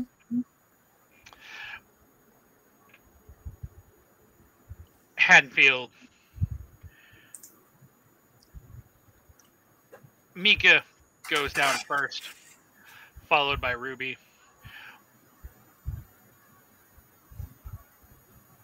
Haddonfield, before any of the rest of you go down, says, we can't interdict if there is anything, anyone else comes. He says, but I will do my best to let you know if somebody shows up here.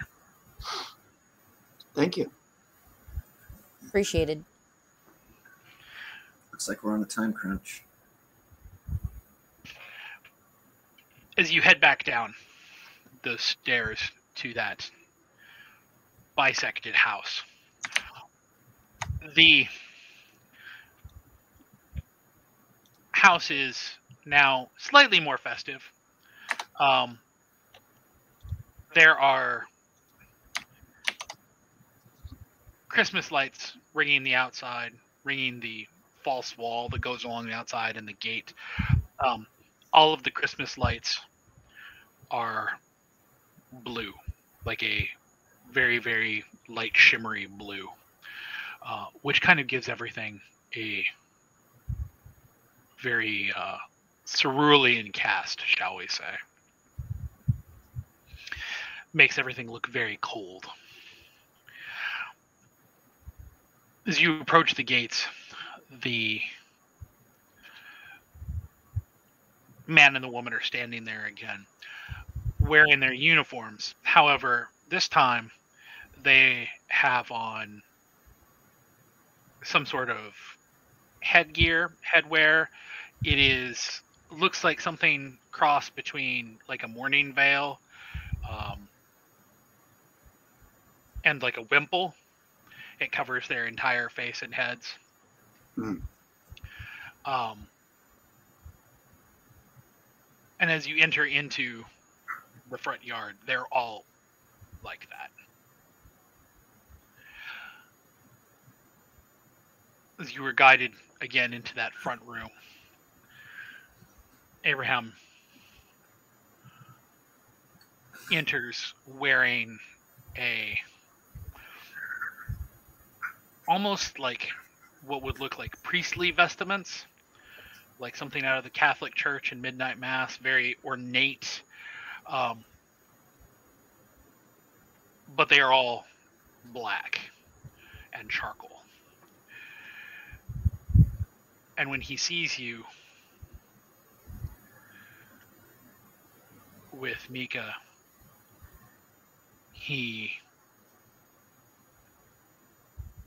walks right to her and takes a very deep bow and is like, my dear lady, and makes a really big deal about like kissing her on the hand and showing her in.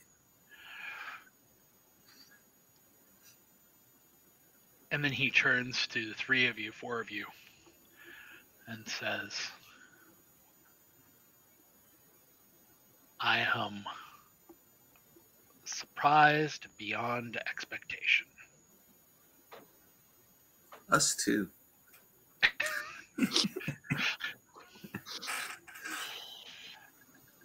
He says, so.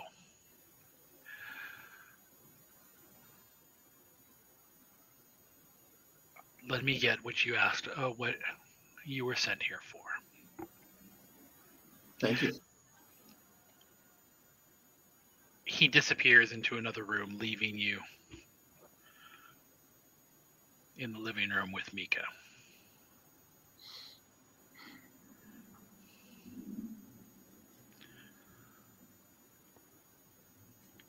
She's looking around. She looks at the four of you and she goes,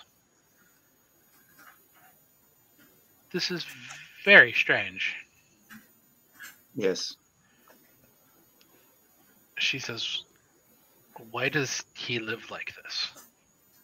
It's not a choice. Yeah, He's he's a prisoner. a prisoner. He's given his own domain down here in this building, but he's not allowed to leave.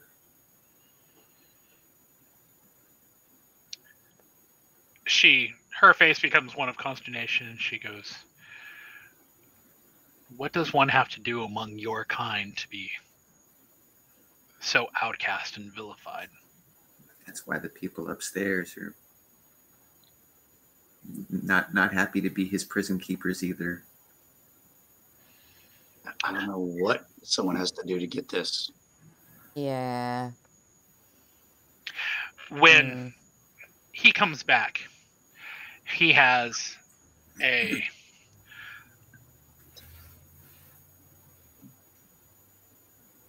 small hard drive.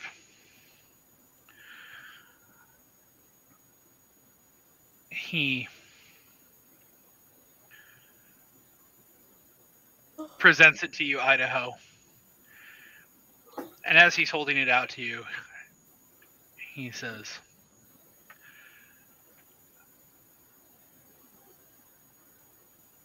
"I will, of course, give you the same warning that I gave you before." He says, "This is a very powerful weapon that you are being given." He says, "And this is the type of thing that will garner you many accolades and much notoriety among people who are attempting to make names for themselves." He says, "Don't point this at anything that you aren't absolutely sure you're willing to completely destroy." Okay, thank you. And I'll take it. And point it at him. No.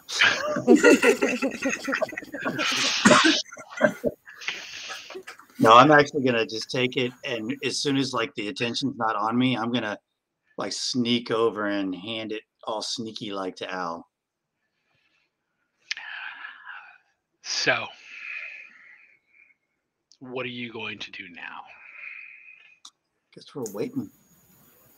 And he's waiting for what? I guess we're waiting. Whatever he's going to do with Mika. We promised We were to stick asked- with her until we Yeah, we can were asked to escort her back to home. camp. Yeah, to get her back to camp. We were asked to do that, so I'm not leaving. Yeah. And Just standing there, I guess. your time with her is limited, sir, so you might want to get on it. He says, "In that case," he says, "if you will wait here," he's like, "I would like to take the dear lady on a tour of the premises." Sure. With You know what? Before they depart, Mhm. I'm going to say we were given a little warning that there are some people that have taken notice of her arrival here. So it might be better to be quick because we might be interrupted. We were also warned by the werewolves that if anything happened to her and she was not able to return home, that it might cause some conflict. No, that it pretty much would definitely cause some Definitely conflict. cause some conflict. So you be very warned. She is precious cargo. And came of her own volition. He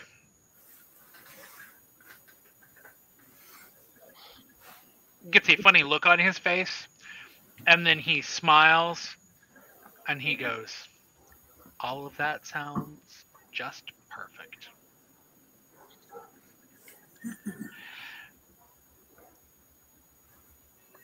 They walk back through the doors, leaving the four of you in the front entryway.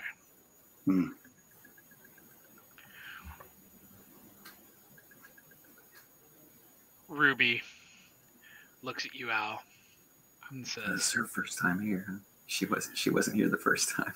"No." That's right. She looks at you and she goes, "This is like 20% awesome and 80% fucked." Yeah, those are about our usual odds. Yep. Now we wait and see if this guy fucks it up. She's like, Yeah. She's like, what's with the weird nuns? I couldn't begin to tell you. This guy is some freaky Frankenstein or something. I have no idea. So is that another mark on our fetish bingo card? She's like, Necrophilia. Fetish nuns. Nuns, fetish nuns. Weird nuns.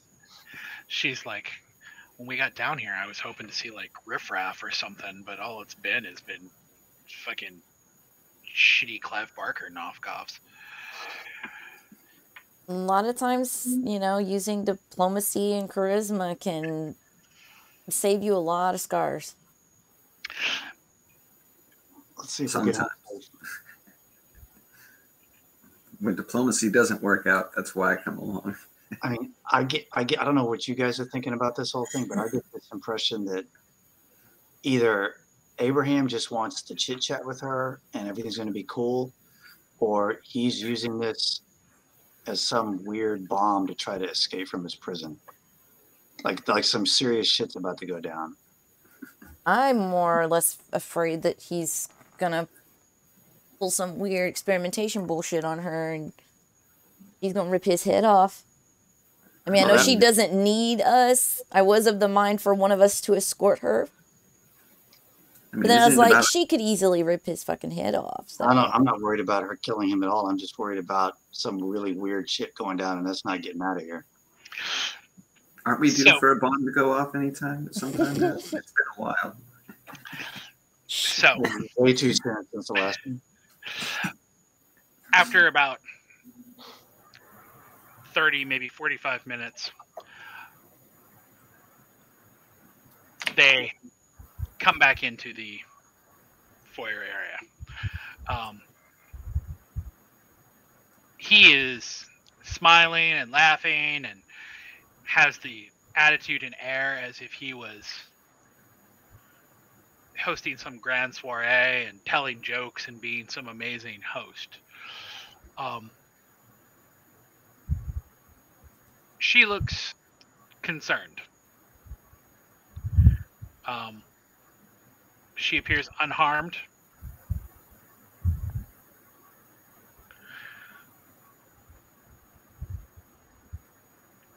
When they get to you, he again does a huge bow and kisses her hand and turns to the four of you and says, as promised, as delivered. Here is the lovely lady back. Thank you. Thank you. I try to get her attention and see if I can get a read on her face. Concerned. Just the concern. Okay. But she doesn't look harmed. She doesn't seem... Okay. That's my main concern. He says, I believe at this point our business is concluded. Yep. Now we got to get her back to the forest. GTFO. Quickly, before anyone else shows up. Let's go. So I'm at the top of the stairs beckoning them to join me. It's like, I just got a head start, y'all. I was clearing the way. I just did a soaring leap up the stairs for no particular reason. So,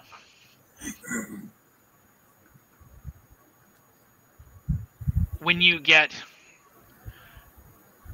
to the top of the stairs and you exit into the metal room, the first thing you notice is that the door is closed.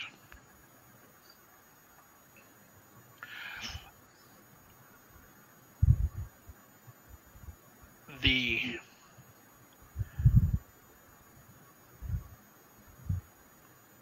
Mika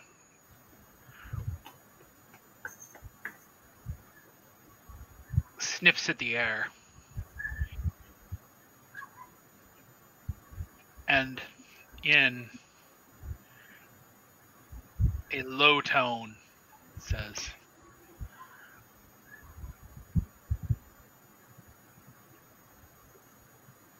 there are more of your kind here now.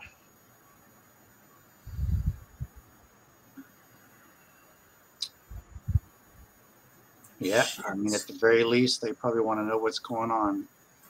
It's probably worse than that. At that point, I at least slide one hand in my pocket, get those brass knuckles on. Just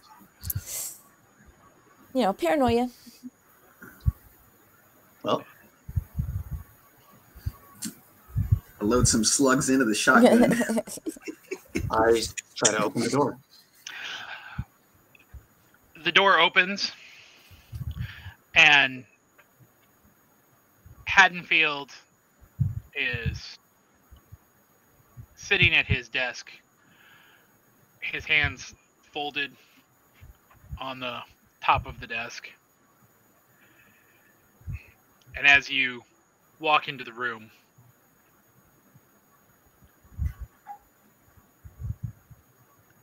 he says, "So what happened?" He talked to her. Do we owe him an explanation? We concluded our business successfully. Everyone That's- at this point seems satisfied. Thank you. That's all he need to know. Need to know basis, sir. He says, "Then what you need to know is that Skro is here." Okay. The sheriff. Right. Sure. You need the sheriff? Yeah. And he has a reasonably large contingent with him.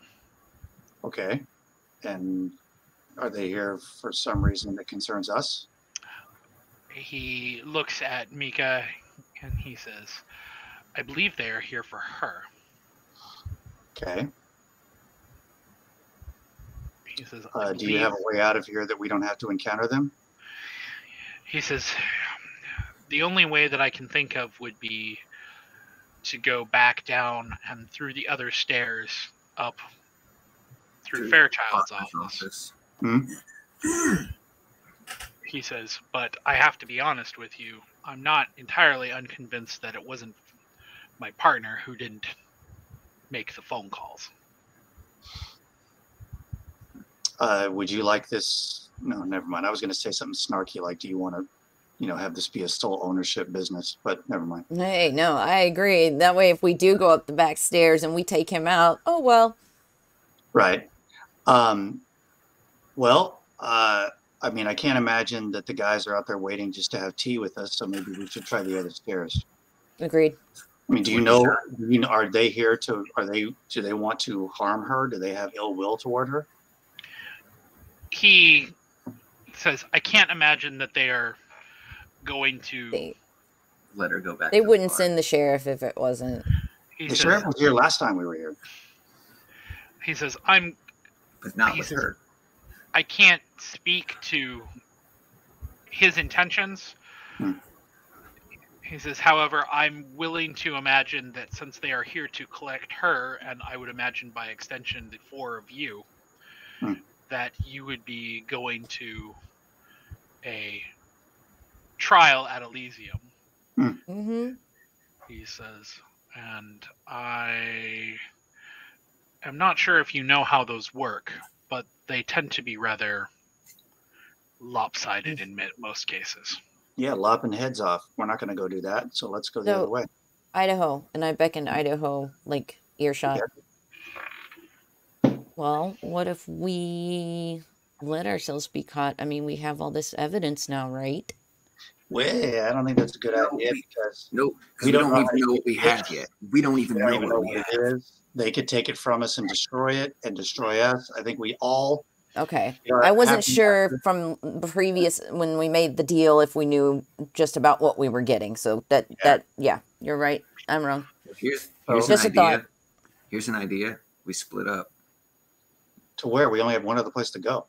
Right. But two of us can cause a diversion while Mika and the hard drive get out.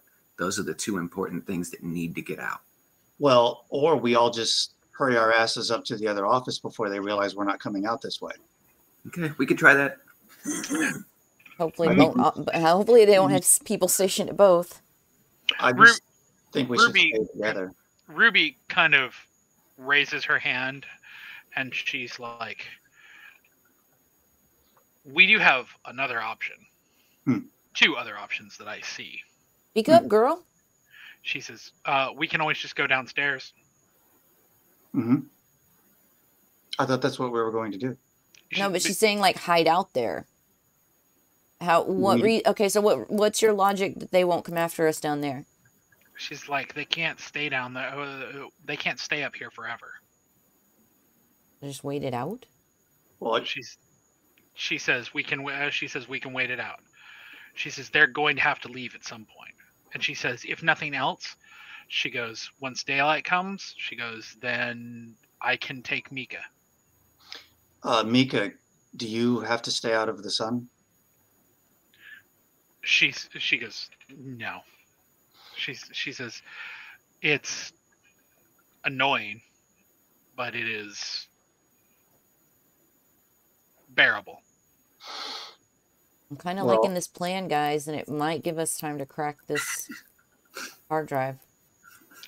She says, the other option here, she says, 2 out of 5 of us, she kind of looks at Mika like, I don't know what you can do.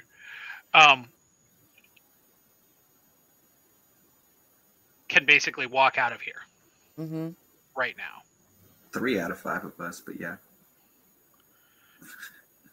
She says, she says, you guys can get out and get help. You guys can get out of here and take the hard drive. And we can stay, the remainder of us can stay downstairs.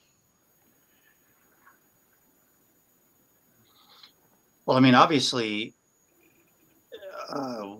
we can just wait. At the very least, we can wait till the sun comes up and you guys get out. Then the 3 of us just have to figure out how we get out of here. Yeah, that might be better than splitting up. When the next night arrives. Mika is like, I'm uncomfortable with the thought of leaving you to these licks. Well, I appreciate it. I'm kind of uncomfortable myself. Well, I think that's why it's called brainstorming, guys. I mean, Mika, what would you have us do? I mean, they're after you, so we're trying to do our best to keep you protected. Just kill them all. Let's go.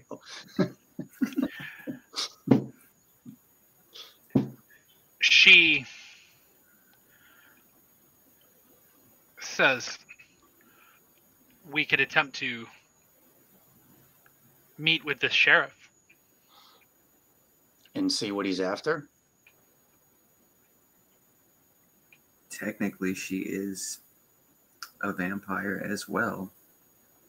I don't know why our laws wouldn't also apply to her. Well, I mean, there are criminal laws that I don't follow. So, well, I know. I'm just talking about I don't know. Well, I would imagine they're all here, like Hatfield and McCoy just said, to take us in for trial, which is going to lead us to all dying. I mean, I can't imagine they're they're not here to play nice. They're here to put us through their stupid legal system and kill all of us. And I think the hard drive needs to get out regardless. So, I mean, we could invite the sheriff to come in here by himself, but why would he do that and then negotiate with us for what? Just to let us leave? I mean, is that what you want to try to do, Mika? She says, I'm not particularly keen on how your society works. I would assumed it was a little more civil. Not really. I suspect that, I mean, we could talk to them, but I suspect they're out there to try to invent some reason to get rid of all of us. Al and Ruby can stay in the stairs. If we're gonna go out and talk to them, I don't want the hard drive being involved. Yeah, agreed.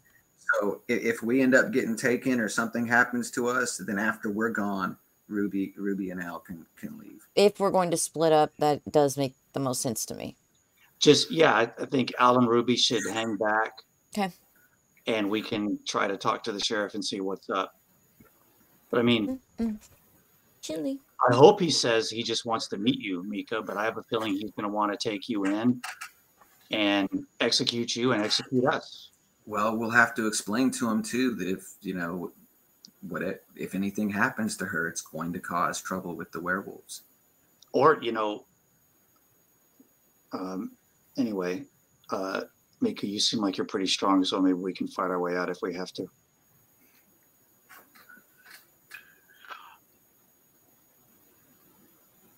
Haddonfield is looking at the 5 of you like you're all insane. Here we are. Welcome. Have you not met us? What's going on here? Hey, so Mr. Lawyer, would you be so kind as to maybe step out there and see if the sheriff will come in here to talk to us? He's like, he reaches into his desk and he pulls out a remote. It looks like a garage door opener. He hands it to you, Alice.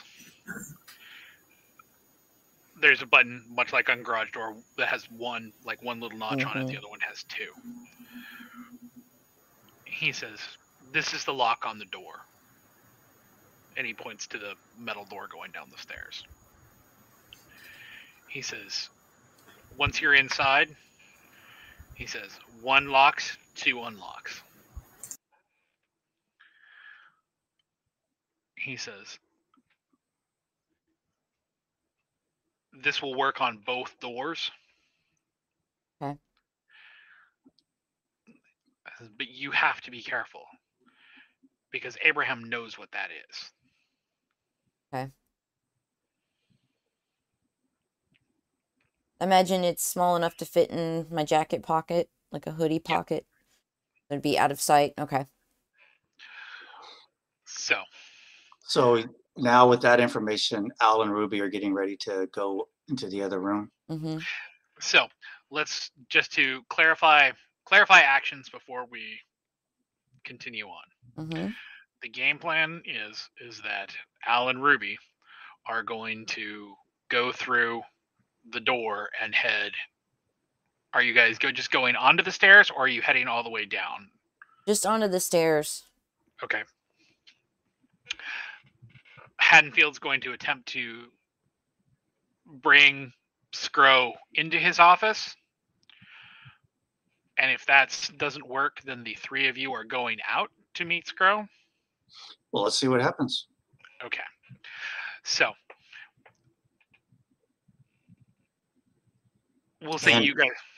Before, because Al and Ruby are getting ready to head down or head out. Right? Right. We're already on the stairs. Well, I'm going to go. I was about to say, is there any information you want to convey to each of the individual parties before you split up? Yes, there certainly is. I'm going to go over to Al and say to her, like in her ear, I don't want anyone else to hear. I mean, I don't care if Vic hears, but I don't want other people to hear, and say, they just gave you a means for Abraham to escape. If the shit hits the fan, let him out.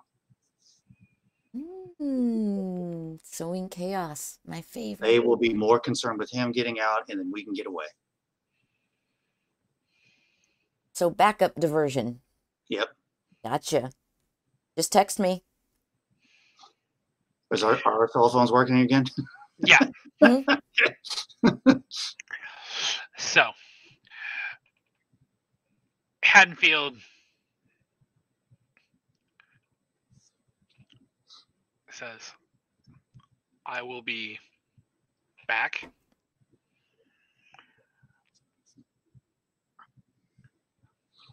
And exits the room.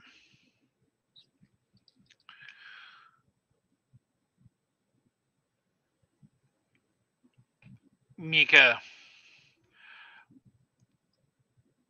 kind of leans back and sits on the desk, kind of crisscrossing her fingers in front of herself. Jesus. This world is so strange. Mm-hmm.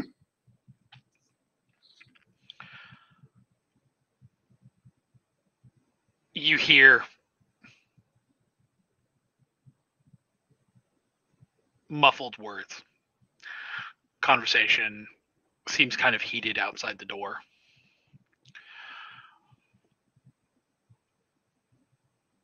And then it goes very quiet. Mm-hmm. The door of the office swings in, and Haddonfield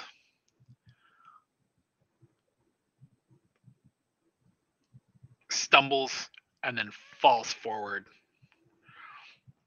and there is a chair leg that is lodged between his shoulder blades and coming out of his chest. Oh, God. It's getting serious. Fairchild enters the room.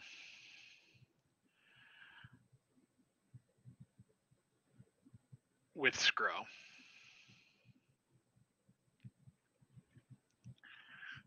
And Fairchild says, my partner, who is in a very large amount of trouble for helping you, said that you wanted to speak with the sheriff about what he wanted.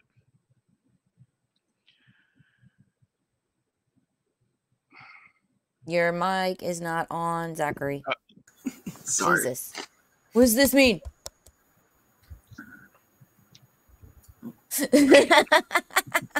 Well, he's the one that is trying to meet us, right? He came here. We didn't come to meet him. So if he wants to meet us. So, well, they just walked in the room, right? Right. So they're in the room with us. We go, what the hell? So he gets staked for helping us?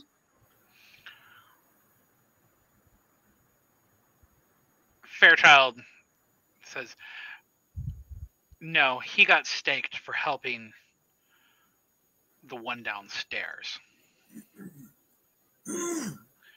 Says Okay. he's got his own problems to worry about. Hmm. He says,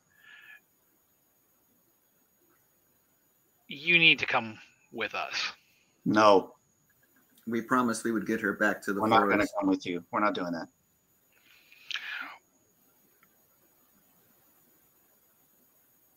Skro steps from behind Fairchild and looks like he's about to raise one of his hands.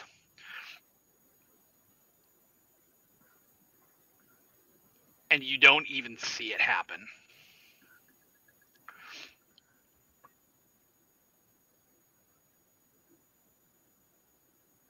All of a sudden, his chest from behind just bursts out. And he is literally torn straight down the middle. Skro is? Yep. Go, Mika. Go, Mika. Oh, hang on now. Did Mika do that?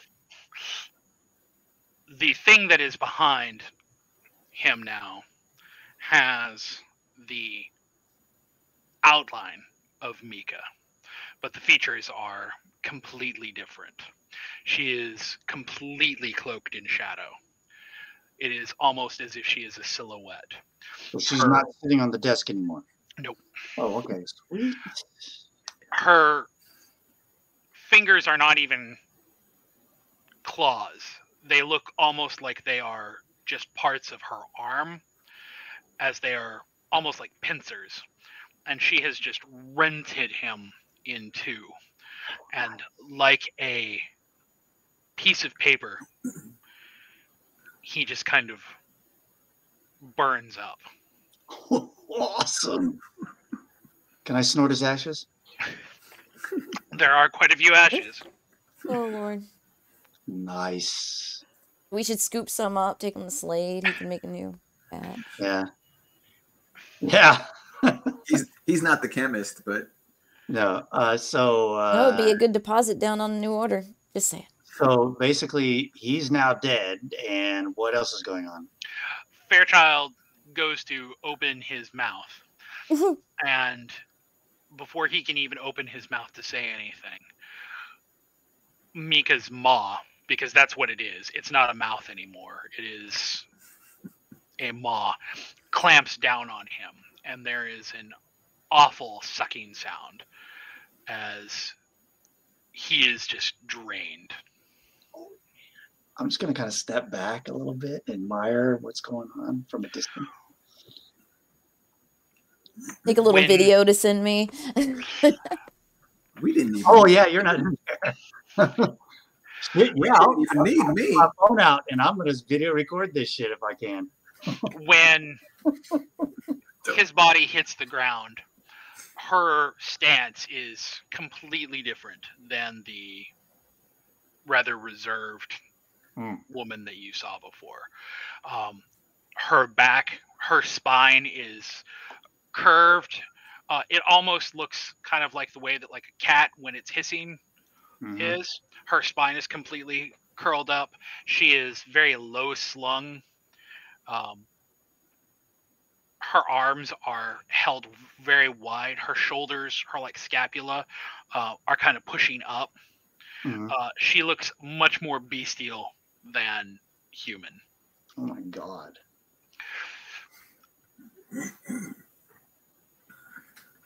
She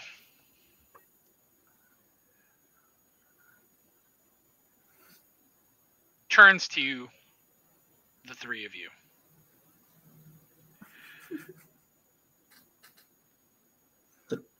And three of us, the two of us. Haddonfield's there too. Oh, yeah, well, I figure he was incognito. Well, not incognito. He's out, right? He's staked. Yeah. So she turns to, well, the two of you. And she says, "We're leaving." Let's do it. Well, do you guys come to get me? Or... Yeah, I'm knocking on the door. I'm knocking on the door. Okay. Do the Fibonacci knock so she knows that everything's cool. Well, but she says, "We're leaving," she says, "and leave that door open." She says, "No one should have to live in the dark like that." I'm down. Then it looks like he did it. I step out, hit the clicker, set it on the desk. Was there anybody else outside that wanted to talk to you? Let's go. We'd like you to meet our friend Shaw. I mean, it wasn't just the sheriff. He came with the other people, right? Who else is out there? So when she sniffs, it sounds vaguely hog-like when she snorts. And as she moves, she is walking, but every once in a while, like she's kind of hitting the ground with her hands, or what were her hands. And she goes out the other way, away from the front. Okay, well, let's follow. I grab Haddonfield. Oh yeah, good call. So you yeah, I'll take the stake out. I'll pick him up. I got him. So when you pull the stake out, there is a huge gasp, and he's like, "Holy fuck!" Come on, we got to get you out. Let's go. When you work for us now.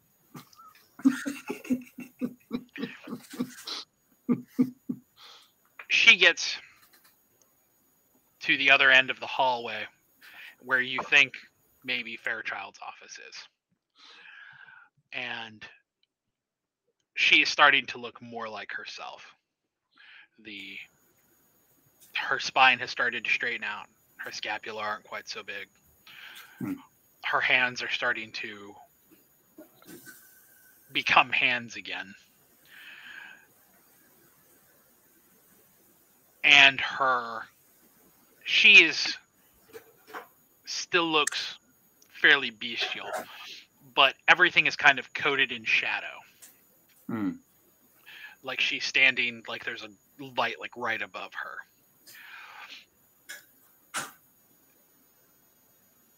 She points to the door.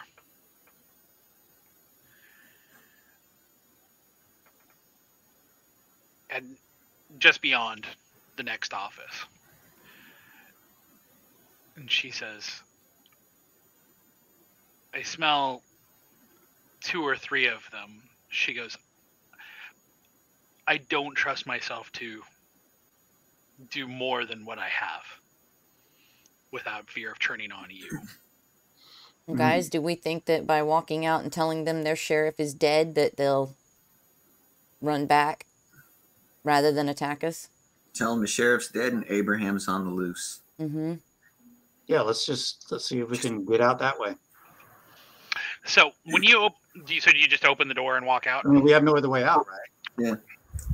I mean, you can always go back out the front. Oh, I thought that's where we were. No, we're at the back exit. Yeah. Well, the car's at the front, right? We're supposed to go to the front. All right, we parked at the front. Let's go. Fuck it. Let's go to the front. So when you head out to start heading back towards the front, when you start getting near the secretary, you can hear multiple voices. It sounds like there are quite a few people. And anybody, I mean, do our noses pick up anything on what's going on out there? Yeah, it was all kindred. So there's kindred no matter which way we go. Well, there's a lot more kindred here. Well, fuck it. All right, I guess we'll go back the other way. Jeez. I guess there's only 3 there. Yeah. So, when you approach the door, how do you want to do this? I'll go out first. And I'll say Abraham is loose. Sheriff is dead. Run. Yeah, I guess. All right, if Vic's going to go first, then by all means. So, I mean, or let me just throw this out real fast. You guys could obfuscate, and I could just go out there and see how they react. Man, fuck that. Let's just go. So, Vic, you open the door. As soon as you open the door, there are 2 guys who are dressed in cop uniforms who look almost identical. Same haircut, same general build, who spin and turn. There is a woman who is a little bit further down the hall, who is dressed in a long raincoat, who has longish hair. She stands up immediately. When you come out, they immediately reach for their badges and their hands, and they're like, freeze, hands in the air. They reach for their badges or they reach for their guns? Badges. Can we tell that they have firearms? They do have firearms. They're just... But they're kindred, right? Pistols. Mm-hmm. No, you don't understand. Abraham is loose. You guys need to run. Run. Abraham is out. The 3 of them all look at one another like... Who? The sheriff is dead. When you say that... Oh, shit. You need to run. They immediately go for their guns. We didn't kill him, but what did is coming. Y'all better Am get the I hell out of speedy here. enough on the draw that as I see their hands go down, I can pull my pistol out? I mean, you are a kindred, so you are fast. Here comes Stubby. I mean, do they look like they're trying to pull their guns on us, or just because they're worried about what's going to happen to them? They look like they're pulling their guns on you. Yeah. I mean, fuck Or- that. So I say we roll More- firearms and... I was actually going to say more more realistically, they're pulling their guns on Vic. Okay. Yeah, I'm going to try again and say, he did not kill the sheriff. What the fuck? we are not responsible for this situation. And I'm going to make my, so I'm guessing Vic kind of went out the door and they're now look like they're focused on him. Mm-hmm. And I'm going to come out from behind him and head a different direction and saying, he didn't kill him. And I'll fan out the other way. So we're kind of okay. So three in front protecting Mika. Idaho, I need you to make a charisma and persuasion roll. You can do it. You can do it. Of those. Oh my god. What's mine? Do I have better score? Kidding. That's like my best thing. I thought so. 4, 3, so 7. You're at a hunger of 3. I am? Yeah. How did I get there? I don't recall, but how the hell am I at a hunger of 3? I was where you left off from last time because I haven't touched any of the sheets. Well, I would have tried to feed before we came out here. I didn't know that. So it would be 4 and 3 would be your roll. Come on, like you're the one who always wants to. You're always like. I want to know. I want to be hungry. I'm gonna rouse the blood right here. Okay. 4 and 3. Boom. Ooh. So. It's over. When you come out, so what exactly do you say? There we go. I say he didn't kill the sheriff. The thing that Abraham's on the loose. There's a monster in there. We got to get out of here before we're all dead. Something like that. So they're completely confused. They're like the three of them are looking at one another. They don't know who to believe, but they have. That has stopped them from. They have pulled their guns, but they're not pointing their guns at anybody at this point. So they're. Look, if I wanted to fight, I've got a shotgun here. Okay, we're looking to survive. We're trying to get out. You want to live? You can follow us. Otherwise, you stay here and die like the rest. So. So whose character is Hatfield? Or keep calling him Hatfield. Is he walking of his own power at this point? He's kind of limping along. Well, I mean, I'll help him if he needs to be helped. So they are, like I said, the three of them aren't really sure. They are obviously been left to guard the back door, but they are not sure what to do now that you've told them what's going on, or rather, have said that. Yeah. Well, so I'm gonna keep pressing it. I'm going to just keep kind of moving forward as we can. So the woman and one of the guys, they run past you, and they inside or they leave. No, they run inside. Like they run past you, heading towards wherever. But that does leave the one guy, and he's basically got his hand up, and he's like, "No, you need to stop." He's like, until we figure out what's going on, I need you to stay here. No, that doesn't work for us. I'll demontate him. I just move him aside. Demontate him. Make him go crazy. Fuck it. Or is Vic close enough? I mean, I didn't know if we were that close to the guy. I mean, he's standing like right in front of you guys. Yeah, so. I just push him aside. I'm not even like shoving or I'm just like, nah, move aside, bro. Okay, so you're going to try to physically move him out of the way. Okay. Rouse the blood. Sure, you know what? How hungry is Vic? How hungry are all of us? Vic's only at a 1. Actually, yeah. Do it, Vic. Do it. Rouse the blood. I'm going to use prowess. So that will be a rouse check. Okay. That's a level 2 potence. It lets me add my potence rating to feats of strength. Nice. And if this does get physical, it also adds half potence to my melee damage. I see this. Okay.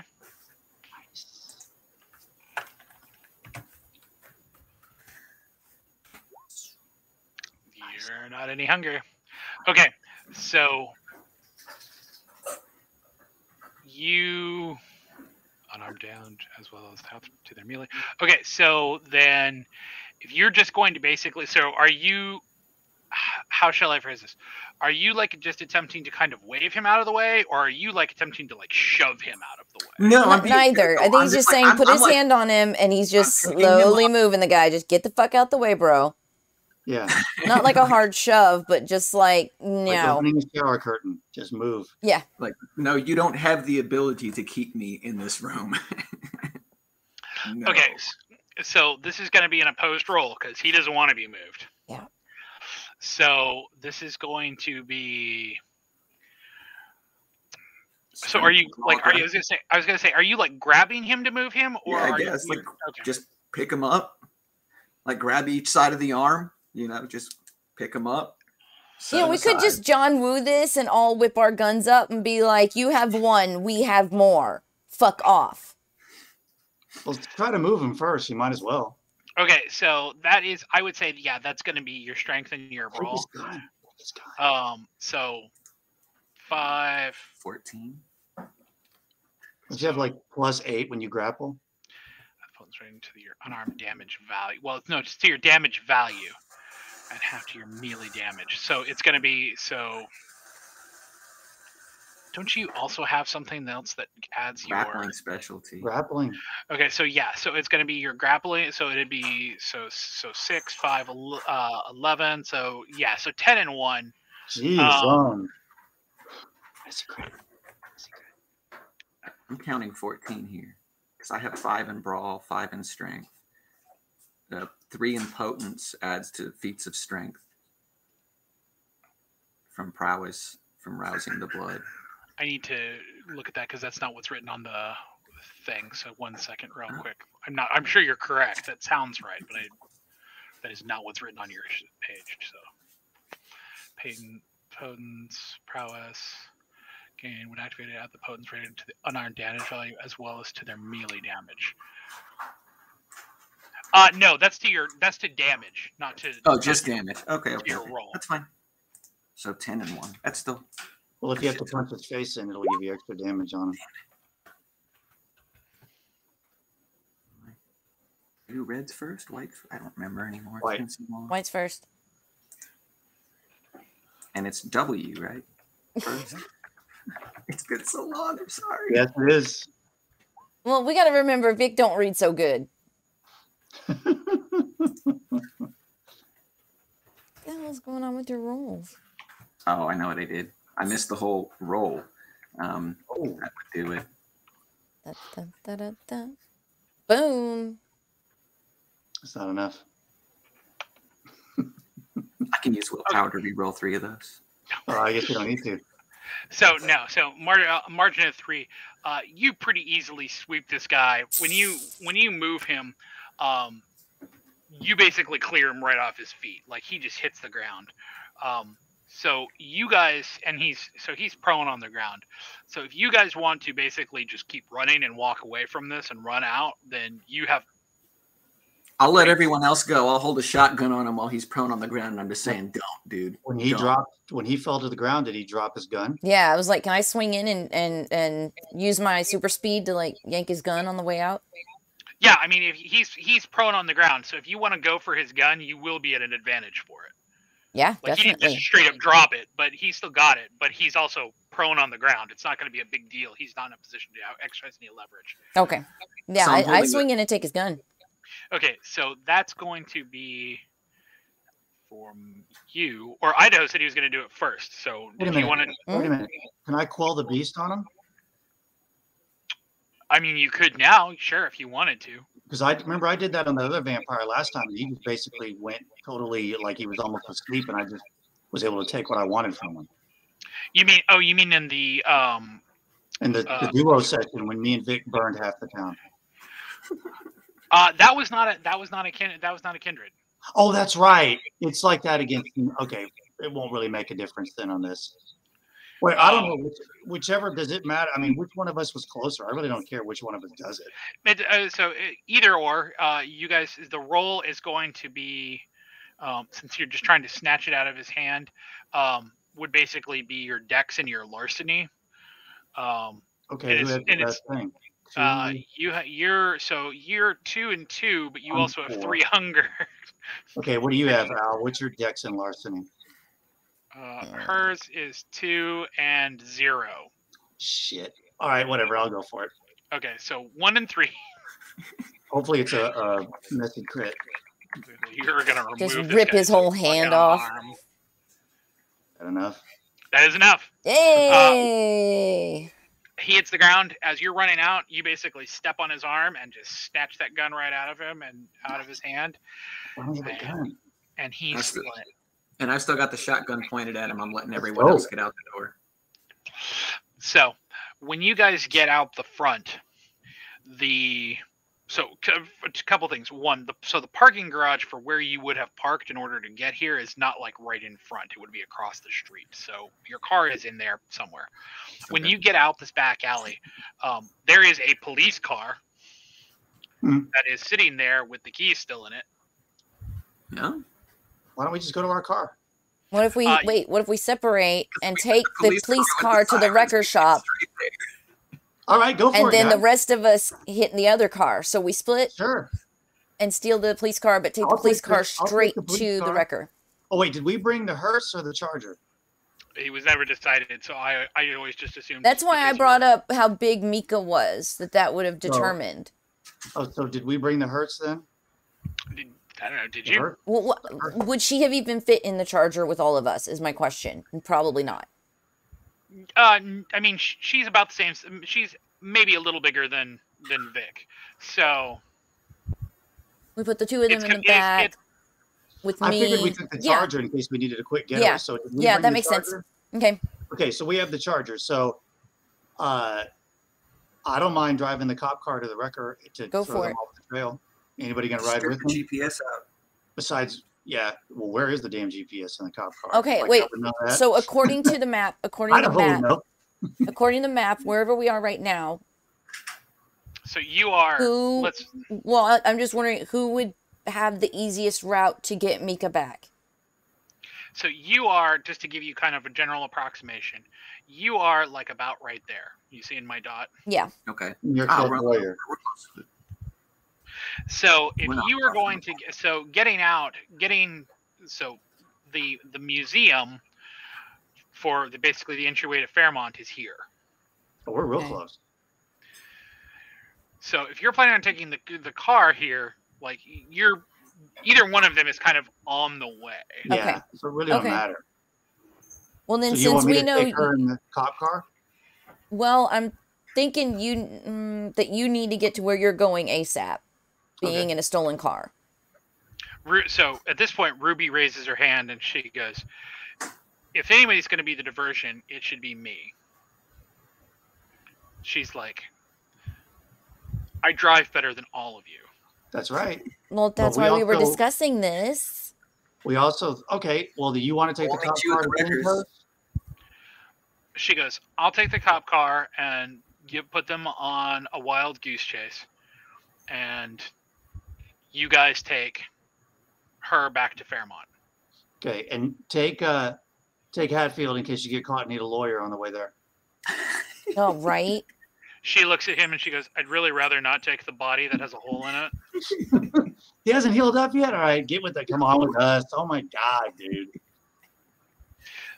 So basically, she's going by herself in the cop car. Yes, she's and taking the rest of us are going to jump in the Charger and drive back to the park. Let's do it. So she gives you a big kiss on the cheek, Al. Yeah, I squeeze her hand and I'm like, you better call me the first hint of trouble. Or, well, somebody's going to have to pick her up from Two Toes. Yeah, we'll head over there. We'll head to just So call me when you get there. Call me when you get there and we will find you. But stay there. She nods, gives you another kiss. She hops across the hood. This is not a Beastie Boys video, young woman. Let's go. It is now. She jumps in the car and rolls the window down and cranks the siren. Oh, God. Nice. And That wasn't exactly what I meant. she screams, "Drive it like you stole it!" Oh, And this girl. Nice.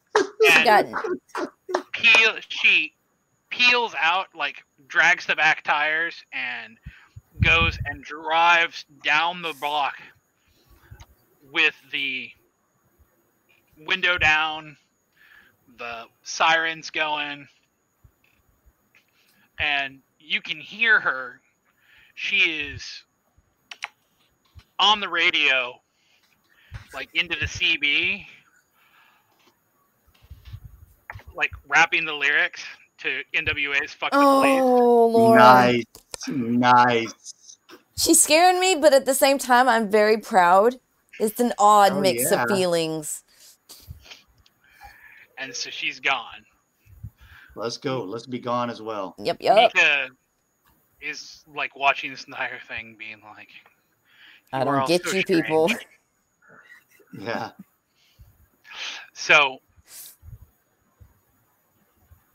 But aren't you You glad can we keep hear- our promises? you can hear other cop cars starting their sirens and taking off. Let's go. Let's go. We gotta go. So, are you just like basically waiting and then going around the block and going? Yeah, back? once it looks clear, we're gonna go for our car. Mhm. So, after a couple minutes, you see everybody take a whole bunch of the cars take off. There are still some people who are kind of lingering around. People or cops? Cops. Hmm. But Quick question. Sure. Can I tell with whatever knowledge I don't know, if these guys have just gone out and bought cars and made them look like cop cars, that their uniforms are legit? Like, are these guys somehow like night cops that nobody knows? Like, do you know what I'm saying? Are they trying to fit in, or is this all a front? Basically, are they vampires that are posing as cops, or Right. are they legit cops? There's no way to be able to know that. You have a connection. Like you could reach out to try to determine that. If you wanted to Yeah. take the time. That to was my attempt to second do step that. once we get home. Okay. I But was just that's- wondering. But without actually, I'd like- be real impressed if they got actual vampires into the police. Be real impressed. but I was gonna say, but with the information that you have right now, there's no way to know. Okay. So you are sneaking across, getting to your car. Who has the best stealth roll? Probably Micah. Can't you just like cover us in shadows? Who the as we fuck walk? needs stealth when you can rip a man in half like a piece of paper? I want her to teach me. I'm like, teach me, senpai. Actually, the person with the best stealth roll would be Vic. Go Vic. So, Vic, I need you to roll your dex and your stealth. So that's going to be 3, 5, so 4 and 1. Excuse me. And if anybody wants to assist him, Yeah, is yep. anybody going to assist, then add 1 more. So 5 and 1. Mine would be 5 and 1. Okay, so- No. Willpower. So Vic, That's do you want to burn a willpower? Yes. Okay, so reroll 3.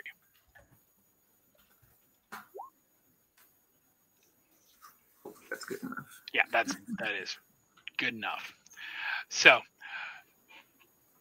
you lead the way along the edge of the building. You kind of peek your head out. You see that there are still a couple guys who are kind of lingering in the parking lot, but you get lucky enough that there is a bunch of cars that are along the street that are in paid parking areas and whatnot like that. So you just kind of basically move from the building down to the cars and then duck down behind until you get to the crosswalk. And then you're lucky enough to run across. When you get there, your car is exactly where you left it. Nice. Totally not suspicious either, I'm sure. So, you exit out of a different way than you come in, which puts you on the far side away of the garage, away from Haddonfield and Fairchild, and you were able to leave. So where are you headed now? To the park. Okay. The drive is short. When you get there, Can we tell if we've been followed? if you would like to inquire about whether or not you have been followed, I will let you roll on that. Certainly. Sure. Wits and awareness. So 4, 2, so... Could Vic have been keeping an eye out and also helped that roll? Yeah, I would allow you if multiple people have been keeping an eye out. So 5. So that'd be 5 and 2. Okay.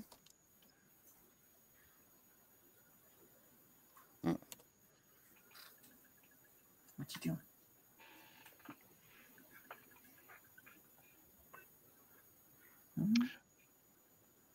Before I say anything, do you want to re-roll any of those? Ones. Mm-hmm. Those. So you want to burn a willpower to re-roll those 2? Yep. Okay. So it's 2 white. Yep. God damn. That's still an extra success. So 4 successes. You can't be 100% sure, but you are pretty sure that you guys were not followed. Nice. Okay. I'll take it. When you get Mika to the museum, you get out, park the car, walk to the back. When you get to the back, it is an absolute fucking circus. Really? There are kindred there. You recognize at least one of them as one of the Primogen. They are arguing heatedly with the Gangrel.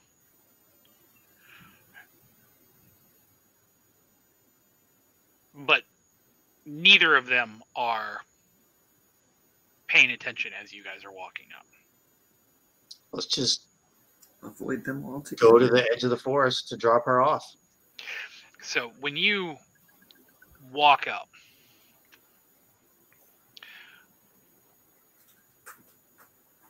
the man in white with the white hair is waiting where you originally walked in. As Mika walks up, she doesn't even say anything. She walks to him and walks past him. He looks to the three of you. Well, did you leave Haddonfield in the car? If he wanted to, he could come with us or not, up to him. We'll say that in his current state that you needed to leave him in the car. Yeah. He looks to the three of you and he says, at least some of your kind keep your word. He says, we won't forget that. Wonderful. Thank you for helping us.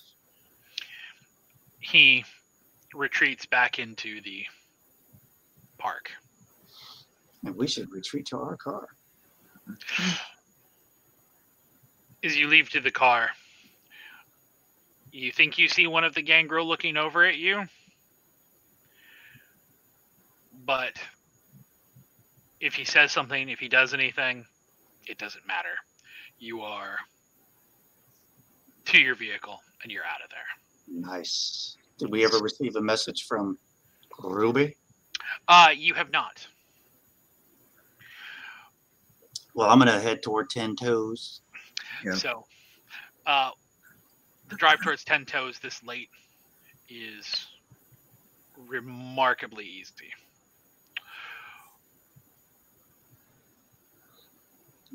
When you get to 10 Toes, you see the cop car. It is sitting just inside the gate, and it is riddled with bullet holes. Oh, shit. Awesome. Nice. That's my girl.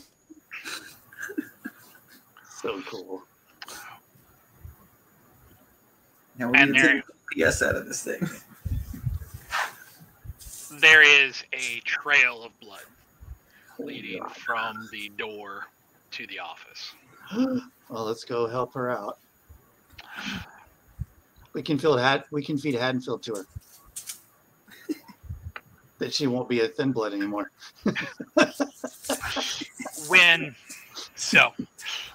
Hey, it's certainly cut down on the dietary restrictions. That's for fucking sure. So Al, when you see this, what do you do? I mean, follow the trail of blood, open the door, and pray she's not, bullet holes like the car. And I'm guessing you two are going to follow Al. Oh, yeah. Yeah. So when you guys get to the office, Ruby is on her side, curled into the fetal position, holding her stomach. She has lost a lot of blood. She very, very weakly smiles at you when you come in, Al. She says, "Did you get Mika home?" All thanks to you.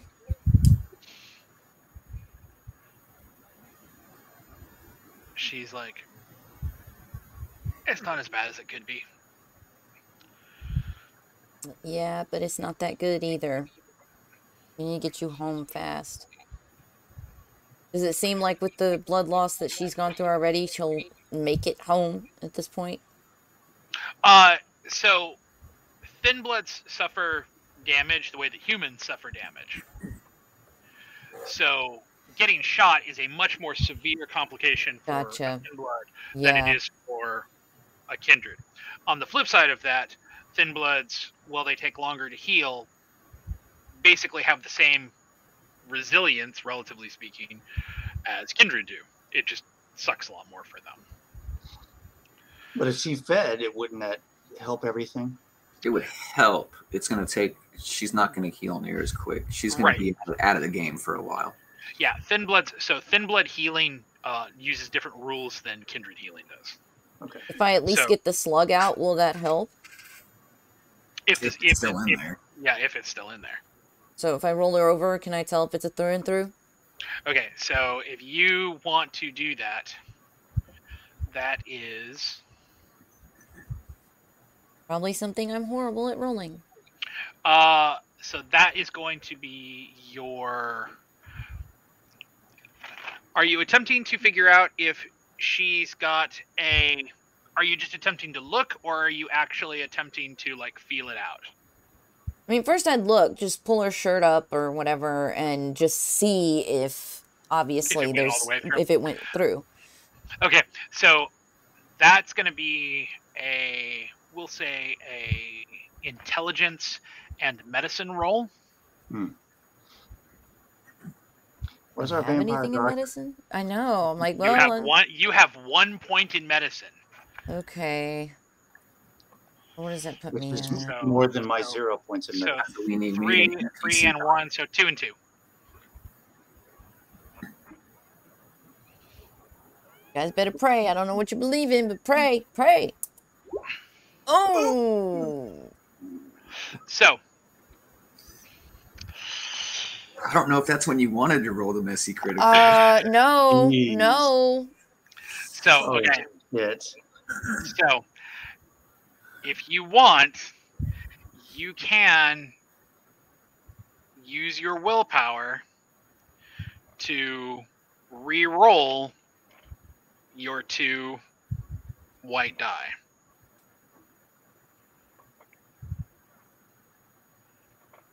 We have only used, what, 1 so far tonight?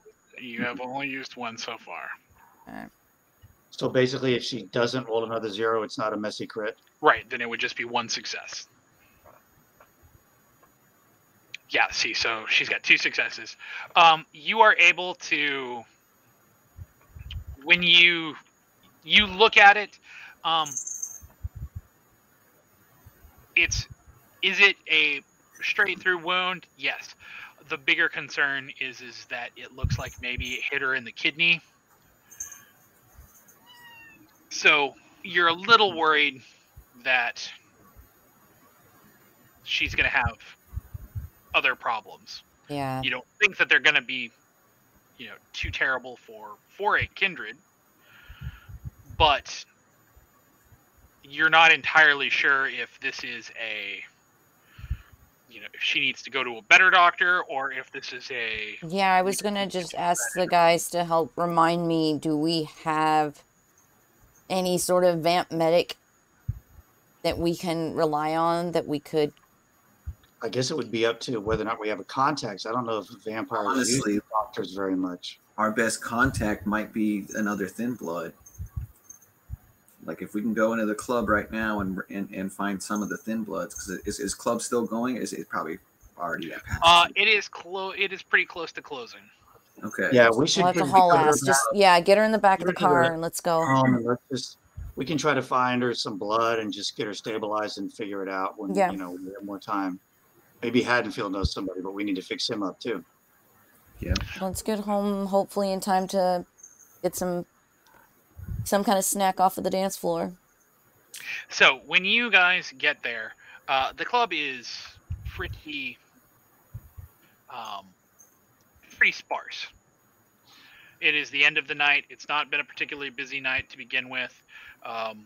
The thin bloods there are basically non-existent except for Slade.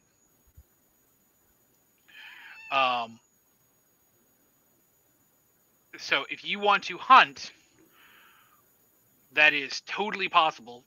It's the same roll as it ever is. 7?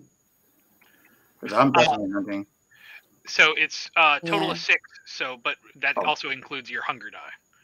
So it's a 6. So yeah, so 6 die, but include your hunger die. So okay, so Idaho, are you because you've got a fairly large margin of successes here?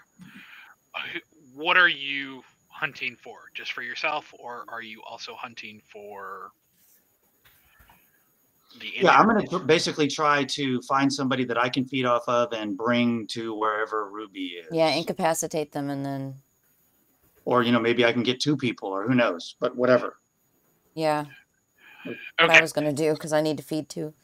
I guess we're all... I don't need to feed. I'm kind of hunting for other people, so I just rolled a 4 on my... Okay, so here is how this works out, since both of you ended up with 4 successes, funny enough. Vic, you are able to, when you are out hunting, you were able to find a couple homeless people who are not terribly far away from the club, they're not just passed out like sleeping, they are knocked out, like they're unconscious, they are so high on whatever it is that they are on. So you were easily able to drink if you want to drink, but also to get something for Haddonfield. Okay.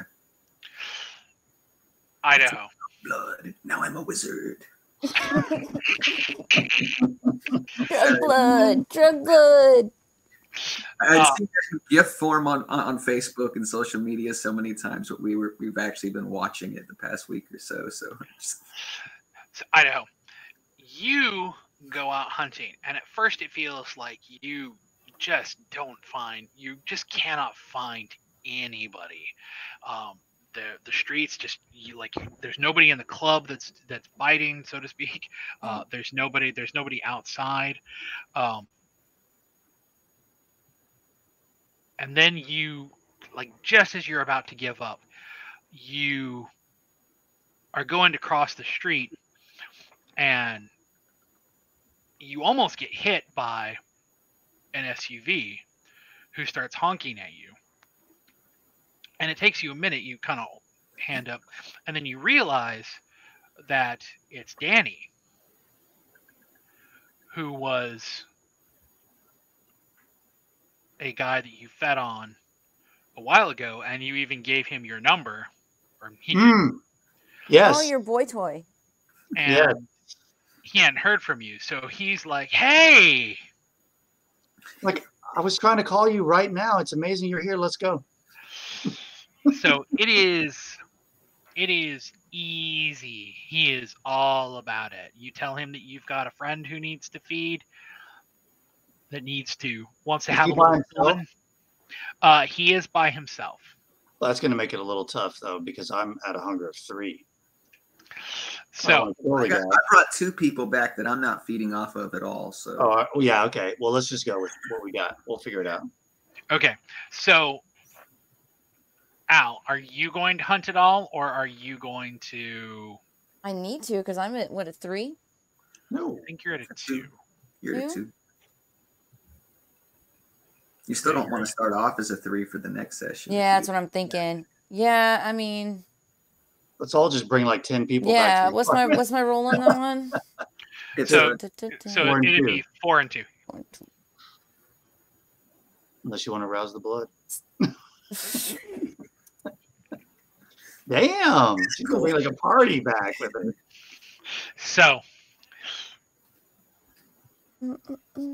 we're all taking care of business. When you get back to your bar, you are hunting for something just for you, but also you know that you need to get somebody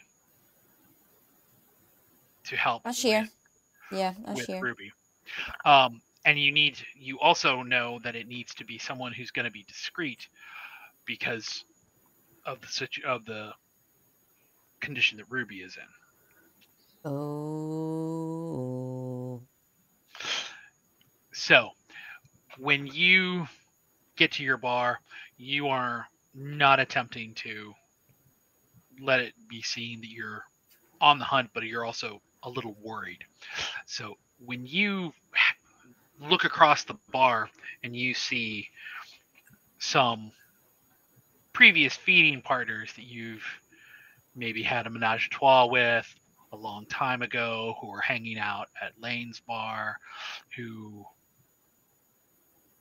were pre-Ruby and also very, very drunk. It is remarkably easy to slide into the group, put your hands around some waists, and whisper sweet nothings into their ear and talk them into a party back at your place. Oh, yeah. And how you need to cheer up a friend who is really sick.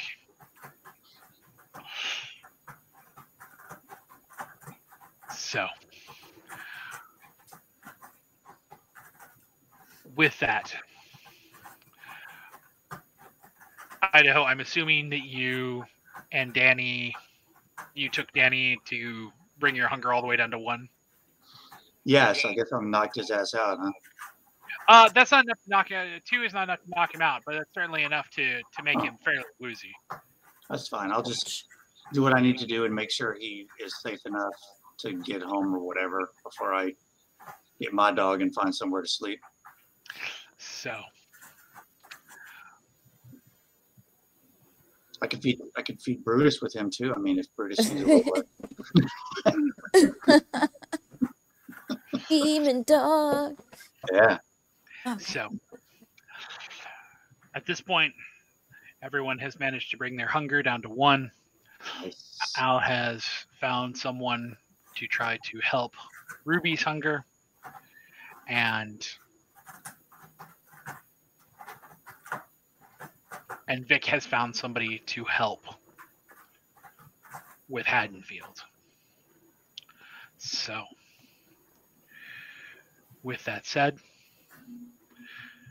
our session, if not our chronicle, is coming to an end for tonight. Yay. Man, that was a good one. It was And really good. Yes. Next week, you'll have to find out what's on that hard drive. Yeah. Mm-hmm. I got all hyped to do that, and I was like, oh, we're not going to have time. So, Well, Remember that vampire a long time ago at Sabine's ex club that tried to feed on me? yes, Rick. Rick. We're gonna use it on. We're gonna use it on him. Anyway. Well, All right. it's so good to get back into the groove.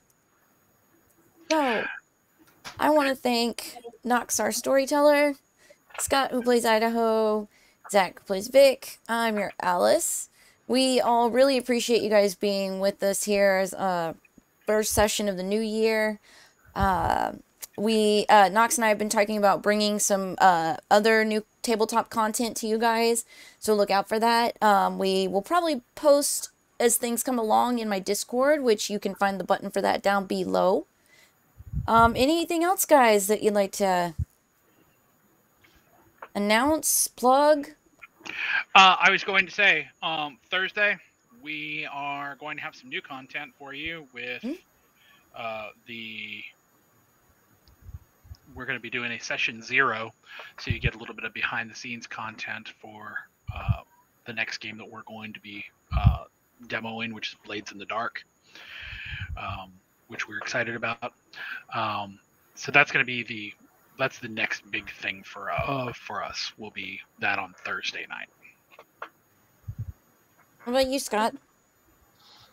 Not yet. I hope to have some news soon. On the book front, or Yeah. Awesome. On the next publication. If you guys aren't familiar, Skot is an author. Yeah, next time when we first log in, drop your link to wherever in the chat, and that way people can definitely find you. And if are you on Discord, dude? I use it, but I don't use it to promote myself as an author. Well, no, but I'd love to have you on my server. That way we can all. For the button to try to join, I'm technically challenged, but yeah, I could join your Discord.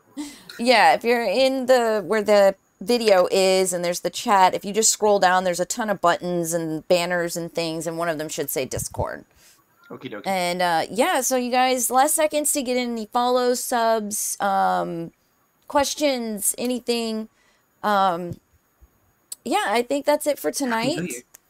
I will Happy New Year. Yeah, definitely. Happy New Year to everybody. And I know we enjoyed doing tarot today. I may make that kind of a regular Monday thing if you really seem to have fun. So, see you guys tomorrow for the Inner World. And we'll continue on with that one. All right, guys. We'll see you guys later. Adios. Oh, intermission. Damn it, these screens. And stick around for raids, guys. I'm going to hit you up with a raid.